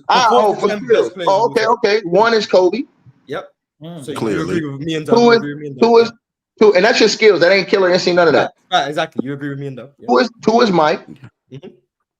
Right? No. 3. What do you mean, no, nigga? I'm just telling you what I think. It's fine. Keep going. 3 is Hakeem Olajuwon. Mm-hmm. Love it. Sounds like all right. 4 is Tim Duncan. 5 is 4 is Tim Duncan. 5 would have to be this is gonna be a good one right here. 5 I would have to say for skills. I would have to say, man, damn, I don't want to do this shit, man. You gonna put KD? That bitch ass nigga KD, man. 5. That's 5. Yeah. So KD over Larry Bird and LeBron. Yep. Yeah. Then I had to have Larry. 6. Yeah. Then you would have to put. Then I would have to put. As far as the skills. Shit, man. I'd have to say. I had to say T-Mac. T-Mac. Okay. No AI. So T-Mac's a better basketball player than Jamal Murray. Just skills, dog. T-Mac top 5. Hey, listen, it's not my fault them dudes didn't max out what they had. I'm just giving T-Mac 7. Okay. 8 would be 8 would have to be at 8 I would have to put Steph Curry. Okay, that's 8. Good one. At 9 I would have to go with just skills, y'all. Just skills. Just won a championship. There's a guy. At 9 I would have to go. I ain't talking about championship. We talking about just skills. No. Oh, go ahead. At 9 I had to put Where is Kyrie? At 9 I would have to put Kevin McHale. Whoa. One of the best post players ever. I get it. W pick right there. W pick. 10 I would and 10 I would have to put fuck, man. I hate this goddamn list, man. 10 I would have to put Jokic, man. A few guys that missed out: Kyrie, Kevin Garnett, Allen Iverson, Kawhi. Yeah. Kyrie, he's definitely up there. KG's up there. Those guys. But see, that's my point. But that doesn't mean that all those guys. Listen, when you get all-time rankings, Ron, and all you guys, is because of how you maxed out your career, what you was given. Like some dudes who had less, they max out and do more. Some dudes who have more, they don't do it. They don't max out their level. This is the reason why people get on KD so much. This is the reason why people, you know what I'm saying, get on Kawhi so much. Yeah, you did a little bit, but you didn't max out your abilities. You know what I'm saying? And that's the problem that I have is when we praise dudes that didn't max out. Like guys like Magic Johnson and them dudes, man, them dudes maxed out for the greatest way they had. players of all time did max out. I'm not mad at that. Can list. I That's ask? actually I not a want to bad ask list. y'all. but- I want to ask y'all this question about LeBron. Hey, LeBron. Hey, I will say this. KD. Hold on, real talk before you go. LeBron did, in my opinion, to me, because I don't respect his skills. I didn't. Well, why you say he's not a skillful guy? Hold on, but let me say this. This is a compliment, though. This is a compliment, though. I think that he went head and shoulders above what his skill level said. Yes, he was dominant. Yes, he was able to get to the basket, but it's only so much of that you can do until you really maximize that. Like, look at a guy like Giannis. Do we think that Giannis is going to get 4 championships and max out and do all of these things? You know, like LeBron did. That's to be seen if he's going to max out the small skill level that he had. And if he does, he'll go above some of these dudes who are way more skilled than him. Go ahead. Hey, Ticket, who's more skilled? Be honest. Think with your head. Paul George or Giannis? I was just about to say. Oh, Paul George. KD. Hold on, Paul George. Paul George Paul George has way more skills than Giannis. There ain't even a question. Why he ain't? Paul George is better. Hold on, Paul George was a better defender than Giannis. Yeah, he was a better defender and he had way more skill. But guess what? He didn't max out. For him not to have won a championship yet, he didn't max out to his ability. For him not to have won more regular season awards, for him not to have won an MVP, he didn't max out the ability and the capability that he had. T-Mac didn't do it. These are some of the most skilled players you've ever seen before in basketball. They ain't max out, bro. But that don't mean that they not. Vince don't get mentioned enough in the skill conversation. Yeah, that's facts. But Ticket, the reason I asked about your top 10 is because there was a name you didn't say. You didn't say Kareem. When Dub says he doesn't have Kareem as high, it's not because of the accolades and stuff he achieved. Dub ranks very similar to how you just did that, where it's about your game, your skill set. He doesn't care as much about the accolades and the MVPs. That's my problem with him. Then that's my problem with him. You guys can disagree with how to rank and whatever. But when Dub says he doesn't have Kareem as high or whoever the case may be, it's not because they didn't achieve enough. It's because when he's ranking a player, it's about them as a boss. That's his. Hold on. That's the insecurity. That's his problem. Like I said before, you agree that Kareem isn't better than Hakeem. No. He's not a better basketball player than Hakeem, but he maxed out higher than Hakeem. He maxed out higher than Hakeem. He maxed out higher than Hakeem. Yeah, I'm sure Dub would agree that Kareem achieved more than Hakeem. He's not arguing that. He just does it as a better basketball player, the same way you just did that list. He just doesn't value the achievements and stuff. But because he's a capping ass. You guys do view the better basketball player pretty similarly. So you guys kind of agree, but you just rank differently. You just have a different. He just disagree on the accolades. You know what I'm saying? Like Ron, if Ron got skills, but he ain't got the accolades to go with him, I can't rank him as high as I rank a dude that didn't have as much skills. We got all the goddamn accolades. Y'all do it for Draymond Green. He has defensive skill. But. Man, what defensive skill he got with running his goddamn mouth? I'm not that high on Draymond. But I do want to.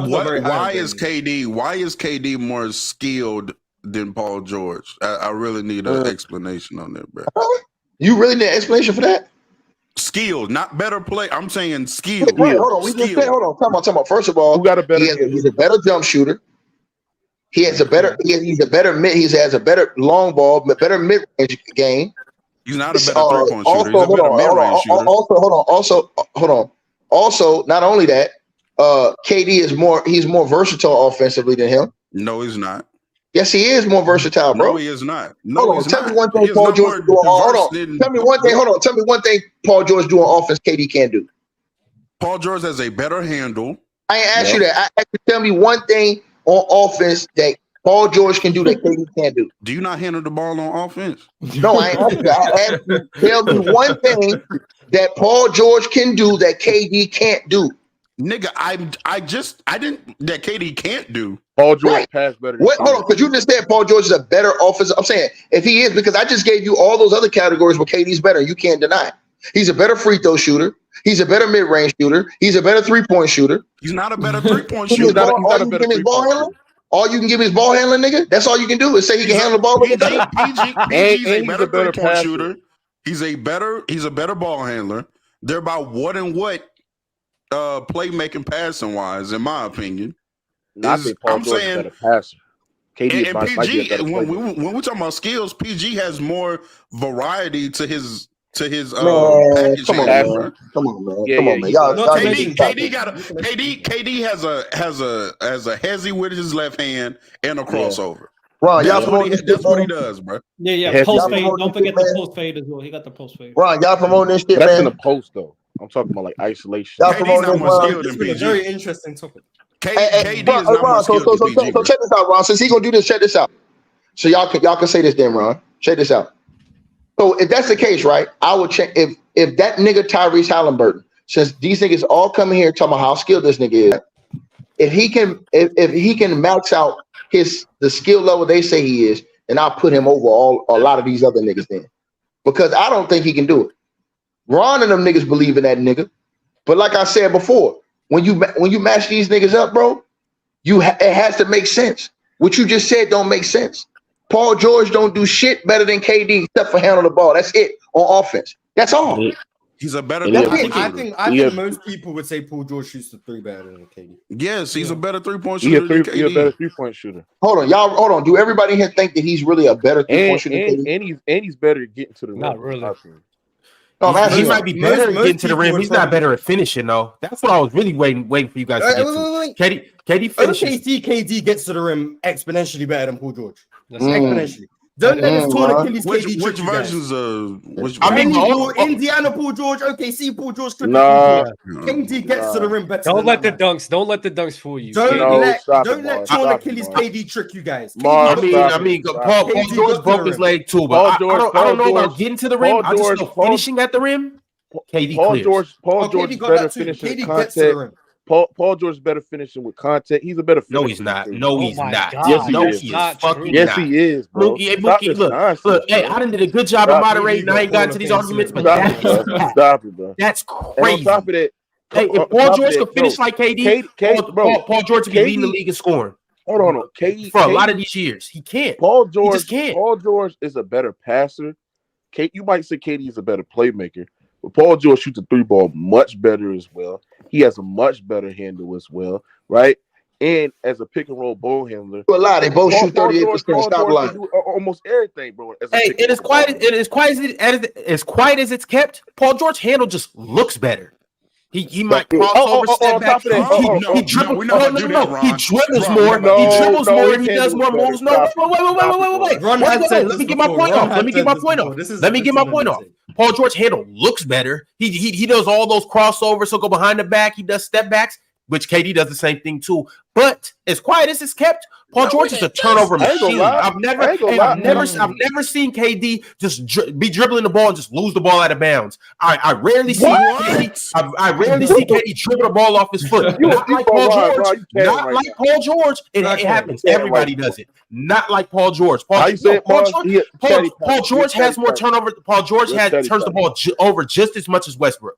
Just as much. We'll criticize and kill Westbrook and call him a turnover machine. Oh, Russ is out of control. Russ a dribble right out of bounds. Russ this, and this. No. Paul George literally does the same thing. But since he's skilled and it looks good, we give him a pass. Ron, this Go is look at Paul George's. Go look at his career turnovers. That is his Ron, package. this is the thing. He doesn't need all of that though. KD can't pass. And this is why everybody would take. And this is why everybody would clearly take KD over Paul George because he doesn't have to do all of that. KD would take two dribbles and pull up, but that's the thing. Make it every single time. Paul George would be doing all them spin moves through the legs, behind the back. To what avail?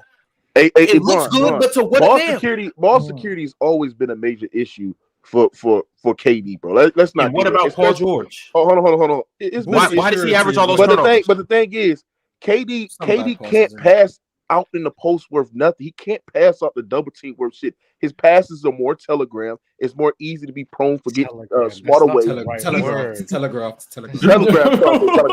Right. So his passes are in our group chat. What I'm saying is this is right. Paul George don't struggle against physical defense like KD does, right? And on top of that, bro, KD in the post is very, very suspect. He has no post move. Paul George got way better post moves than Kevin Durant, bro. Kevin Durant has this. You don't have a post fade. Kevin Durant just face up. KD's That's better all he post does. He don't have. If better. Paul George is all of this, how come he's he averaged does over not have 25? he does not have better. Once? He does not have better. We're not talking about production. We're just talking about skill. Man, What are you talking about? What with KD? Are you kidding me? Are you crazy right now? What are you talking about? Kyrie was hella skilled in Cleveland when LeBron first got there, right? Right, Ron? Yeah. Okay. Didn't he average like 19.7 that first LeBron year? I wouldn't. I know it wasn't 25. I don't know what it actually was. I think he averaged like 19, 20 points. That still doesn't take away that he was highly skilled. No, absolutely. But we're talking about just scoring in between these two. And you guys are selling me the logic that Paul George is better at this, Paul George is better at that, Paul George is better at that. Paul George has been a number one option on a bunch of teams, at least scoring the ball wise. If that's the case, then why isn't his production matching KD's? Because KD is a better we're not talking about player. production because KD in the ways he scores, like KD in the mid range is better than Paul George being able to be versatile. That's fine. But when we're talking about more skill, the versatility factor plays a part. The fact that Paul George can score in all these different ways, is a better 3-point shooter. Some would say better finisher. I don't know why you're saying that. But some would say better finisher, better handle, all of that, blah, blah, blah. Better in the KD post. being better in the mid-range might be able to, in a production standpoint, overtake all of Mars, that. KD But from a can skill score argument, every way that Paul George scores and more. I'm not every single way. It's nothing that Paul George can go out there and do that KD can't do. I think KD's a better scorer than Paul George. I'm not arguing that. But when it comes to the ball handling, the dribble moves, the post play, I think Paul George has more to his game, even though KD produces more. Hey, Paul George be mesmerizing y'all with these. He be hypnotizing you guys with these supposed dribble moves. And you know, supposed dribble moves. He's a better ball handler for sure, but clear. Yeah, that's fine. But when y'all talking about the post, better footwork, yes, in the post, better footwork, yes, yes, he has better footwork. I'm gonna be honest. The Paul George in the post doesn't not me. Thank you, Mars. One person's being honest up here, bro. The stride, hold on. The stride, KD's post game. I don't like. All I see is all I see KD do is catching on the low block and then just facing up. He does not have no post moves. He does not have no side step. He doesn't turn step around. Back he doesn't the jump shot, fade away jump shot. No, he does not. No, he does not. He does not. You don't watch. My bad. I don't know why I'm talking. You don't even watch basketball. My bad. How you gonna tell me how the fuck I don't watch, bro? Stop being dicked out for KD. You saying this? My bad. Stop being dicked out for KD. You don't. What I'm saying is this. So describe KD post move then. You don't watch it. Don't worry. Describe KD's post. I want you to describe it because I. No. I'm asking you to describe it because you said there. I said I don't watch KD. So describe KD post. I'm good. I'm good. Describe his post game. No, you got it. Because when you watch KD post game for when he was in Golden State, Oklahoma City Thunder, they throw KD on the low block near the elbow. I've debated with you long enough. And he's just facing up. That's all he's doing. I've been talking to you long enough. Somebody would tell you somebody would tell you the blanket truth of what really goes on in a game, even football games, and you'd be like, okay, so describe KD's post game. There's no reason to argue with you. Describe his post game then. Steve Nash is better than KD. Let's go. Ron, no, describe his post game. Let's go. Hey, we do gotta move on though, Mookie. We do gotta move on, man. I gotta get into these super chats. And we'll revisit this conversation later. But right from the top, Alan R said that boy Kelly Oubre, man, something else for real. Pause. He just signed with Philly, I believe. What does that have to do with congratulations to him? Oh, because he some would say, well, he used to be, he lost his crown. Would say he was the most attractive player in the NBA. Some would say. But he lost his title. We started looking bummy in Charlotte. All right. Mike sent through a super chat and said KD's skill is overrated. He's a mediocre passer, dribbler, playmaker, and defender. What are these amazing skills KD has outside of post scoring? But he's a good post scorer, though. I was just told he wasn't. Nobody is saying that he's not a good post scorer. Nobody's saying he's not a good post scorer. First off, let's make this clear for everybody. Hold on. Let's make this clear. I think Kevin Durant is better than Paul George, right? I do. I think he scores better than Paul George. But we having a skill conversation. Right. And from a skill standpoint, y'all saying that KD can do everything Paul George can do. Paul George can do everything KD does. So And KD just does it better. So he's more. So skilled. let me real That's talk. why Let me he's ask you better. so- That's so- why he's he's 7 feet. That's real what I talk, would let me say. ask and that's you- that how- adds even more to it. He's KD is a taller. good post scorer, but the variety in his post moves compared to Paul George is at a high level compared for. Let me ask you real talk. How do you measure skill when it comes to you can have a more versatility, you can have a deeper bag, but the production don't match that, and someone else might have not Because so we're much not of the talking bag, about but way better production. production. No, but it doesn't have to transfer. You just need a skill set, and that's it. Skill is the ability to do something well. If you do more things well, you're more skilled. Yeah, that's it. Yeah. This has nothing to do with production, in my opinion. This is a skill conversation, bro. Like from a most skill most people, I hope would agree. Jamal Crawford is a more skilled scorer than Giannis. I hope. Right. Giannis is a better scorer than Jamal Crawford. Yeah. But Jamal Crawford is more skilled when it comes to Mhm. scoring. That's the difference. That's all it really is. Just doing more things well. All right, y'all, keeping it pushing.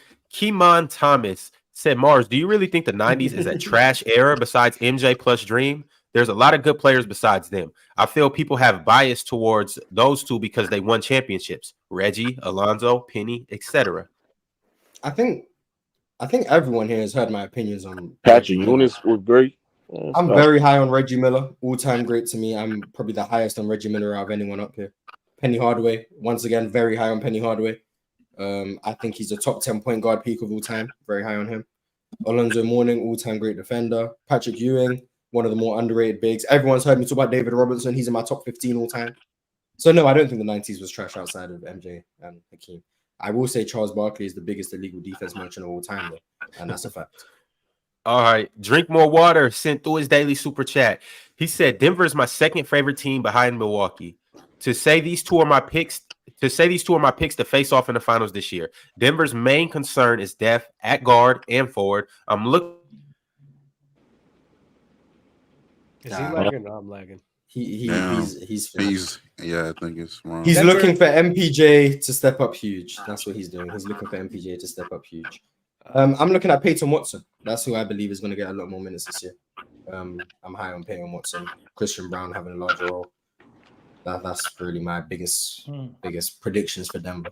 I guess that's the most we're going to talk about them other than Jokic and Murray. Let me read some super chats while Ron is just there frozen. Jay Renrick, Jordan lost for 7 years until he got a better team, but that's mentally tough. If he never got Scotty, he wouldn't have 6 rings. Facts. Everyone agree with that? Good to know. There we go. You said what? Facts. MJ was losing for 7 years. Without Scotty, he wouldn't have 6 rings. That's what he said. That's true. But that's what everybody comply with. Everybody. Yeah, that can applicable to everybody. I hate when people say that. King Kato said, who do you guys think would be the best player in their prime? Westbrook with Curry shooting, AI with Kobe's height, Melo with Bron's playmaking, or Harden with Kawhi's defense? Westbrook with Curry shooting. For me, this is very easily James. No, that's Harden with Kawhi's. Oh, yeah. For me, this is pretty easy. Harden with Kawhi's defense. I think those are the top two. Harden with Kawhi's defense. Harden with Kawhi's defense is that's insane. 35 points a game, along with that level of defense. Come on. But Westbrook shooting like Curry is come on. Hey, but what about the shot selection mentality? Yeah, I was gonna say Russell Westbrook as a bad shooter already takes jump shots like Steph Curry. So imagine if he can actually shoot like Steph, how much worse his shot selection becomes. Yeah. Now I will say James Harden with Kawhi's defense, that doesn't stop him from folding in the playoffs. That's maybe correct. Maybe he still folds. So there's question marks all over. But maybe he gets stops though, important stops in the clutch. He might be able to do that. Maybe. So I mean, Steph doesn't take the greatest shots, but he's still What's the other one that said? What's the other one? Carmelo with LeBron's playmaking and AI with Kobe's height. Hold on, but dang, Melo was a defensive. Damn. AI with Kobe's height is the worst one there. I'm sorry. AI becoming 6'6" doesn't put him over these guys. Respectfully. Hold on, y'all don't think Melo with LeBron's playmaking is actually like It'll be amazing, but not I to think the it's level. I think it's amazing. I just don't think it's harder with. I think AI with Kobe's height is still better than Melo with Bron's. This man Russ is dropping 30 points a game with that broke jump shot. Imagine with Steph's jump shot, bro. Hey man, harder with Kawhi I don't think defense. y'all realizing how crazy Westbrook, Steph's jump athletic shot, Westbrook. Steph's jump shot is cool when in the regular season, but in the playoffs with the game on the line, that's a fact. But Russ got that mentality, so you know I'm fine with that. I'm fine with him. He got that mentality, but that jump shot ain't gonna hit. Hold on, they said AI with confidence is key, boy. I don't know about maybe that. Steph ain't as confident. Maybe Steph ain't as confident as he's not more confident than Russ. So I trust him. I trust him to make those on those.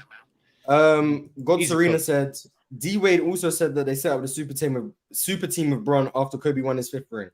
Bron's sexual mindset that they set up a super team to stop Kobe. Yep. I'm trying to see what he. But they don't want to talk. They don't want to talk about that. They always want to talk about KD and the Warriors doing that, but not talk about how LeBron did that for Kobe. That's crazy to me. Shout out to Kobe, man. I was told that LeBron made a super team to stop the Celtics. That's what I was told.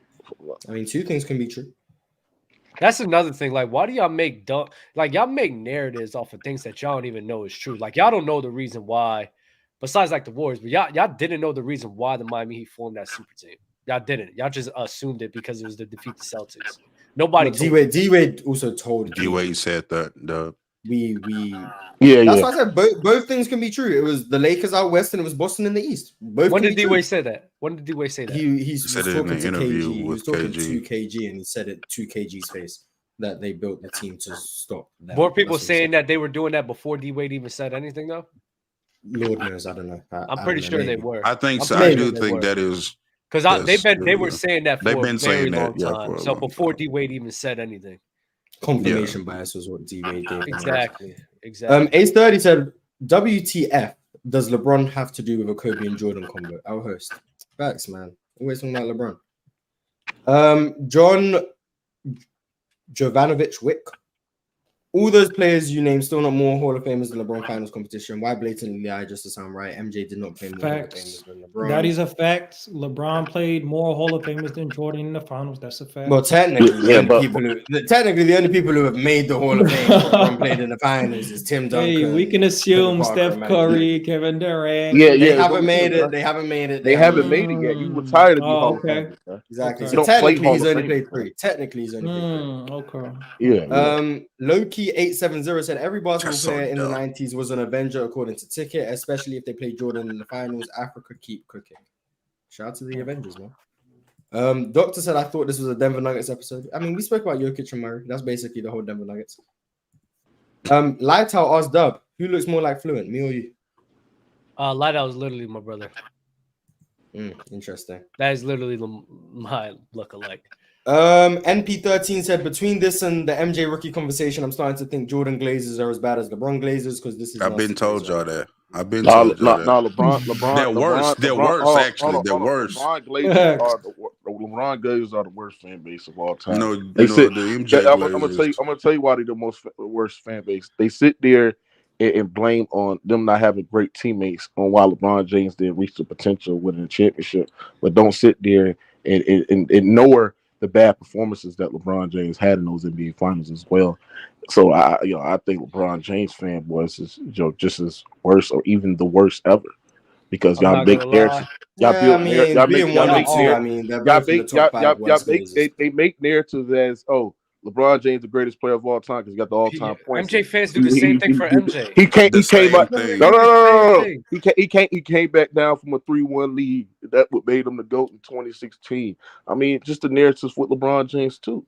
I think narrative that make him the GOAT. Kawhi Glazers are underrated in terms of top 5 Mars. I think Kawhi Glazers are, up there very high. I don't know if that's if it wasn't for the injuries, Dub. If it wasn't for the injuries, like that's a fact. See, this is the worst Glazers by far are MJ, LeBron, Kobe, and Steph. They're the top 4 by far. Okay. 5th, whoever you want. I'd say it's Allen Iverson, but it can be whoever you want. But they're the worst Glazers to me. Those top 4. No. Clearly, after this episode, Jokic. That's what I'm learning. Jamal Murray. Jamal Murray Jamal glazes. Murray. Yeah, Jamal Murray glazes are interesting. LeBron We got 1 James minute glazes left. on We top. don't have enough time to read all these super chats. Blame Ron for this. So Now host Ron, man. yeah, blame Ron. I tried to read as many super chats as I could. Read Alan R's before we go. Go ahead. Where's Alan on super chat? It literally just happened. Wait, I got you. Oh, hold up. I think what's up next? Open field? Is it Open field's up next. Yep. Yeah, open field next. Tap into that. I assume they're going to talk more about Deion Sanders or something. I don't know. But yeah, goodbye everybody. Goodbye. We'll see you guys Peace, tomorrow, salute. same time. I don't know what team it is tomorrow. Africa, stop rod. Hey, Africa, stop rod.